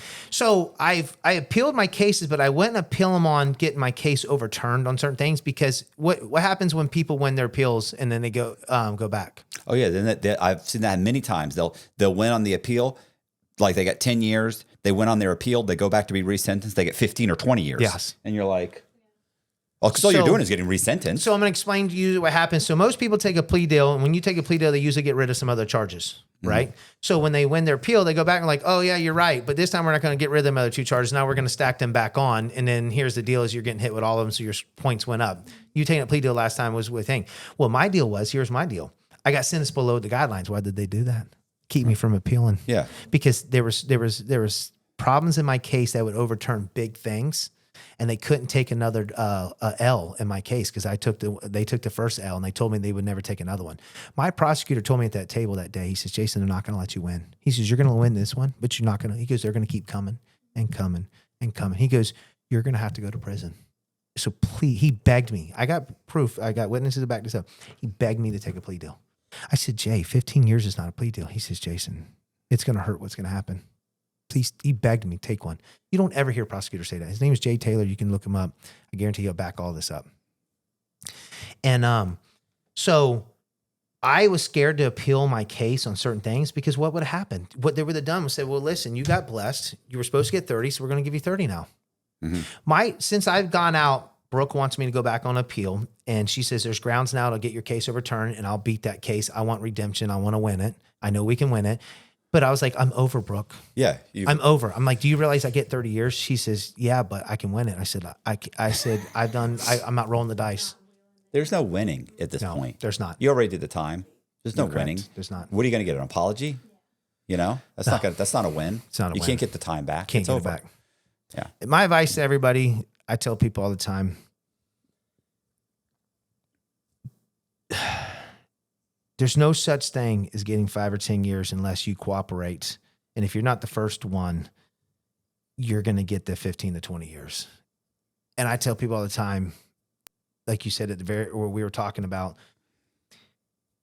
you could be selling grams, 8 balls, or ounces, and you're going to get charged with 3 or 4 keys. And you're going to be like, I never sold, never seen a key in my whole life. But what they're going to do is this person's going to say, hey, I've been buying this once a week for 2 years. What adds up to that? Yeah. And you're looking at 20 years because you got caught with a possession of marijuana when you were 18 years old, and automatically gives you 851, enhances you to 20 years, man, in the feds. Or what if you have a weapon? You have a weapon. You have a weapon in your closet 5 miles away. Yes. And get charged with it. So, people need to think about this and understand that, this is not games. This is not the rap videos. This is not movies. This is not none of this. Please think about what you're going to do, because at the end of the day, knowing that I was looking at life, I'd have never done it. If I was looking at 5 or 10, I'd do it all over again. But life, no. Well, I think the problem is that people think they are only, kids think they are only looking at 5 or 10. That was me. Right. They think, I'm only looking at 5 or 10. How do you know? That's the problem, is if you sit there and go, how do you know? Why? Oh, because my buddy Jimmy, who stocks shelves at Walmart, his brother got 5 years and he was a big time dope dealer. You were 15, he was 20, he had his own apartment. You think that makes him a big time drug dealer? Like, stop it. He was selling nothing. I mean, it was a joke. Like, you don't know enough to be giving your opinion to people. Do you see what I'm saying? Like, that's the problem, is that people give advice on things that they know nothing about, and they convince people that you're barely going to get any time. And the next thing you know, you're looking at 30 years. Yeah, that's 100% correct. And if, like I tell people, it's all fun and games until they give you that PSI. Yeah. It's all fun and games. Oh, yeah. It's all fun and games. Yeah, I got my PSI, 32 years to life. I'm sitting there going, so what people how don't is that understand possible? also too is you see it all the time, is people get their thing and they're like, oh, I only scored this many points, and then they come with all the enhancements later. And then because they take a plea deal for 5 to 10, and then all of a sudden they go to sentencing, and the PSI comes out with 3 enhancements, and it should put you at 15. And you're like, yeah, but I signed. It doesn't matter. The enhancements are here now. Yeah. It's like, what? Yeah. Yeah, it's funny. I actually did a podcast on this in Breckenridge with a guy where we were talking about, people have no idea. Like, my base level offense for the amount of money should have been 6 years.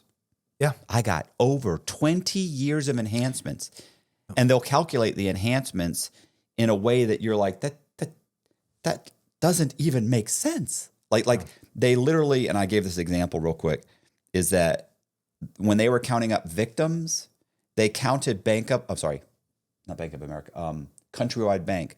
Countrywide Bank was one victim. Countrywide Financial Services was another victim. Countrywide Home Loans was another victim, and Countrywide Home Equity Lines of Credit. So that's 4 victims. But wait. Then for another enhancement, they said if you've stolen more than $1 million from one institution, you get a 2-level enhancement. Guess what? They counted Countrywide as one. They added all those Countrywides together and said that's one institution, and if you add them all up, it's over like 1.8 million or something. I went, but no one institution got over $1 million. They were like, I said, you counted them separately for this enhancement, and together for this one. That doesn't make sense. That's like double jeopardy. And they said, no, even my lawyer was like, no, Matt, they can do that. So that makes no sense at all. So my whole case during trial, they're like, this business accepted only cash and no insurance, right? So the whole time we were like, damn, we should have took insurance and everything else. Well, guess what everybody was doing after they learned off our cases? Started accepting insurance, right? Well, guess what happens Insurance fraud. Insurance fraud. So whatever you get charged. So we saved ourselves another enhancement and another charge because that's an enhancement. So it's like they're sitting there telling the jury, hey, they didn't accept no insurance. But then when they do, they're like, insurance fraud. Look at the fraud they're doing. So it's like you can't win with these people. And I'm just like, wow, this is crazy. You know, on Derek Nolan's case, there was a female doctor that went to trial. Yeah, it's the one in the book he's talking about. He had a hard time keep his swag on going to the box. It's what's her name? Black chick. Yeah. So Derek liked her. So she goes to trial. He fried her. No, I disagree. We can talk about that at another time. She wins. So she beats. So she's being charged with, let's say, two, for the sake of argument, 2 charges. One is basically the writing the prescriptions, right? Like unauthorized, whatever it was. She was writing oxycodone scripts, right? So they say, okay, so you're basically charging with drugs. You're a drug dealer. You're writing scripts, right? And money laundering. So because the money you're getting for writing the scripts, you're putting into the bank and you're laundering money. So she goes to trial and she wins on the drug laundry or the writing the bad scripts, but she's found guilty on the money laundering. Yeah. So how can I be charged with laundering drug money if I'm not found guilty of being a drug dealer? She goes all the way to the Supreme Court. And you know what they said? Yeah, you can do that. That doesn't make sense to me. So in my case, it's all in your jury instructions. So I'm going to tell you, so we got the best jury instructions I was told from so many people, and they use it in a lot of case law. If you're found not guilty on count 1, which is the drugs and everything else, you're automatically found not guilty on all the rest of the charges because you can't commit the other crimes. And they used my jury instructions for their appeal. I know they did. That's reasonable. So count 1 is the drug conspiracy. So once the crime is found not guilty, you have to find him not guilty on everything else. Okay, that seems reasonable. The thing is so I have this whole thing of where people understand is, people don't understand what money laundering is. It's spending ill-gotten gains. Buying a 5-cent piece of gum is money laundering. You know that, right? Yeah. Because now you can have a product that you can sell for 5 cents and then it's clean money because you're laundering it. It doesn't matter. Paying bills, doesn't matter what it is. It's spending any of it. So, but if you're not charged for the crime in front of it, it can't be dirty. Right, but that's what I'm saying is in her case. But it's called the corruption in the courts. Okay, I was going to say, they said, you're right, you're not that's not dirty money, but you're charging me for money laundering. Yep. So it never made sense to me that. It all fell because of the jury instructions. Yeah, it's because in mine it wrote is if you find him not guilty in the first one, he's not guilty in the rest of them. Yeah, it's ridiculous. How about later on I come back for another day to touch on something else? We just do something totally different. Bro, if you'll come back for the whole to talk about. We can talk about that and then prison, which is an hour and a half, 2 hours, whatever. I'll do that. I'll come back on another date because Wesleyan wants me to come back because my shit's so big. Because like a lot of people understand is about the prison with me is I had a hard time.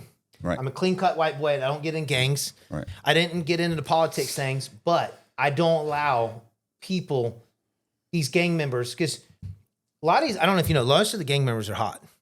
Yeah, bro, every prison I was at, 90% of everybody cooperated. But then they all want to tell you how to do your time. Is that correct? Of course. So I had a hard time with that shit. So it's like, how are you going to come tell me? Dude, it caused a lot of problems.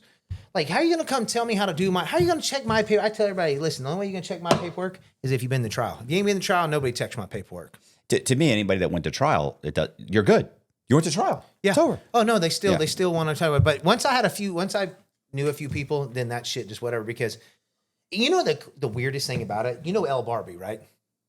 El Barbie. The Polo. Yeah. He was my next door neighbor in Atlanta for a long time. Okay. I literally walked in his room. It's an American that was a part of the cartel. Yeah. He's the only American Mexican ever to be head of a cartel, to run a cartel. The only time. Yeah. He killed 150 people himself. Okay. This dude is on Barbara Walters. He's got a kid that blowing their heads out in the back, right? He's my next door neighbor at USP Atlanta because that's where my case is. So every time I go back to Peel or anything, he's always every in the house. This dude's doing prayer meetings every day. And I used to pick on him. So I have all these cartel guys, the Serango head guy was there. All of them were there. And here's this clean-cut white boy. Me and Randy were cellies together. Every time Randy's always there. So me and Randy are cellies. And Randy loves hanging around them boys. here all these dudes are all killers, heads of guys, and they're all big time rats cooperating against El Chapo and everybody else. And then here I am, and I'm laughing and picking on them. I'm literally picking on them. I'm like, dude, you just killed 150 people and you doing prayer with me? That's not going to help you. God's not going to help you, okay? You done did too much. And they'd be like, man, white boy, you better cut it out. And I'm like, you're the one that told, not me. And they would get mad at me, and I'd tell them all the time. I'm just like, whatever. So I walk in El Barbie's room one day. They had phones, and they're moving a 500 shipment of drugs from a prison cell. And he looks at me and goes, give me an address. He goes, Biden, Obama. Who was it at the time? It was Obama or somebody was like, he was like, dude, it was 2018. So it was right when Trump's thing was before that. I can't remember. He said that, he goes, I got so much drugs right now. I don't even know what to do with all of them. Give me an address and I'll ship as much as you want. I said, I'm out of this room. See ya. Because Rainey was in there and they were in there making drug shipments, 500 kilo drug shipments from the sale. And he's in PC at every yard. So they finally moved him to Coleman too, so he can walk a yard. They send him straight. So he cooperates against all these big people, right? You think they take care of him? What's the BOP do? Send Big Sandy. So he's been sitting at Big Sandy's shoe for years. And they finally moved him to Coleman too. Hey, you guys, I appreciate you watching. Do me a favor, hit the subscribe button. Also, we're going to put all of Jason's links in the description box. So you can go there. You can go on his Instagram and all of his social medias and check him out and follow him. He's got some great stuff. Also, you guys, we're considering doing live streaming while we're doing the podcast so that you guys can answer or ask us questions and we can answer those questions at the end of the interview. It would be connected to our Patreon. Please let me know if that's something you're interested in and if you'd be interested in joining Patreon so that you guys can kind of interact while we're doing the interview. Thanks very much. See ya.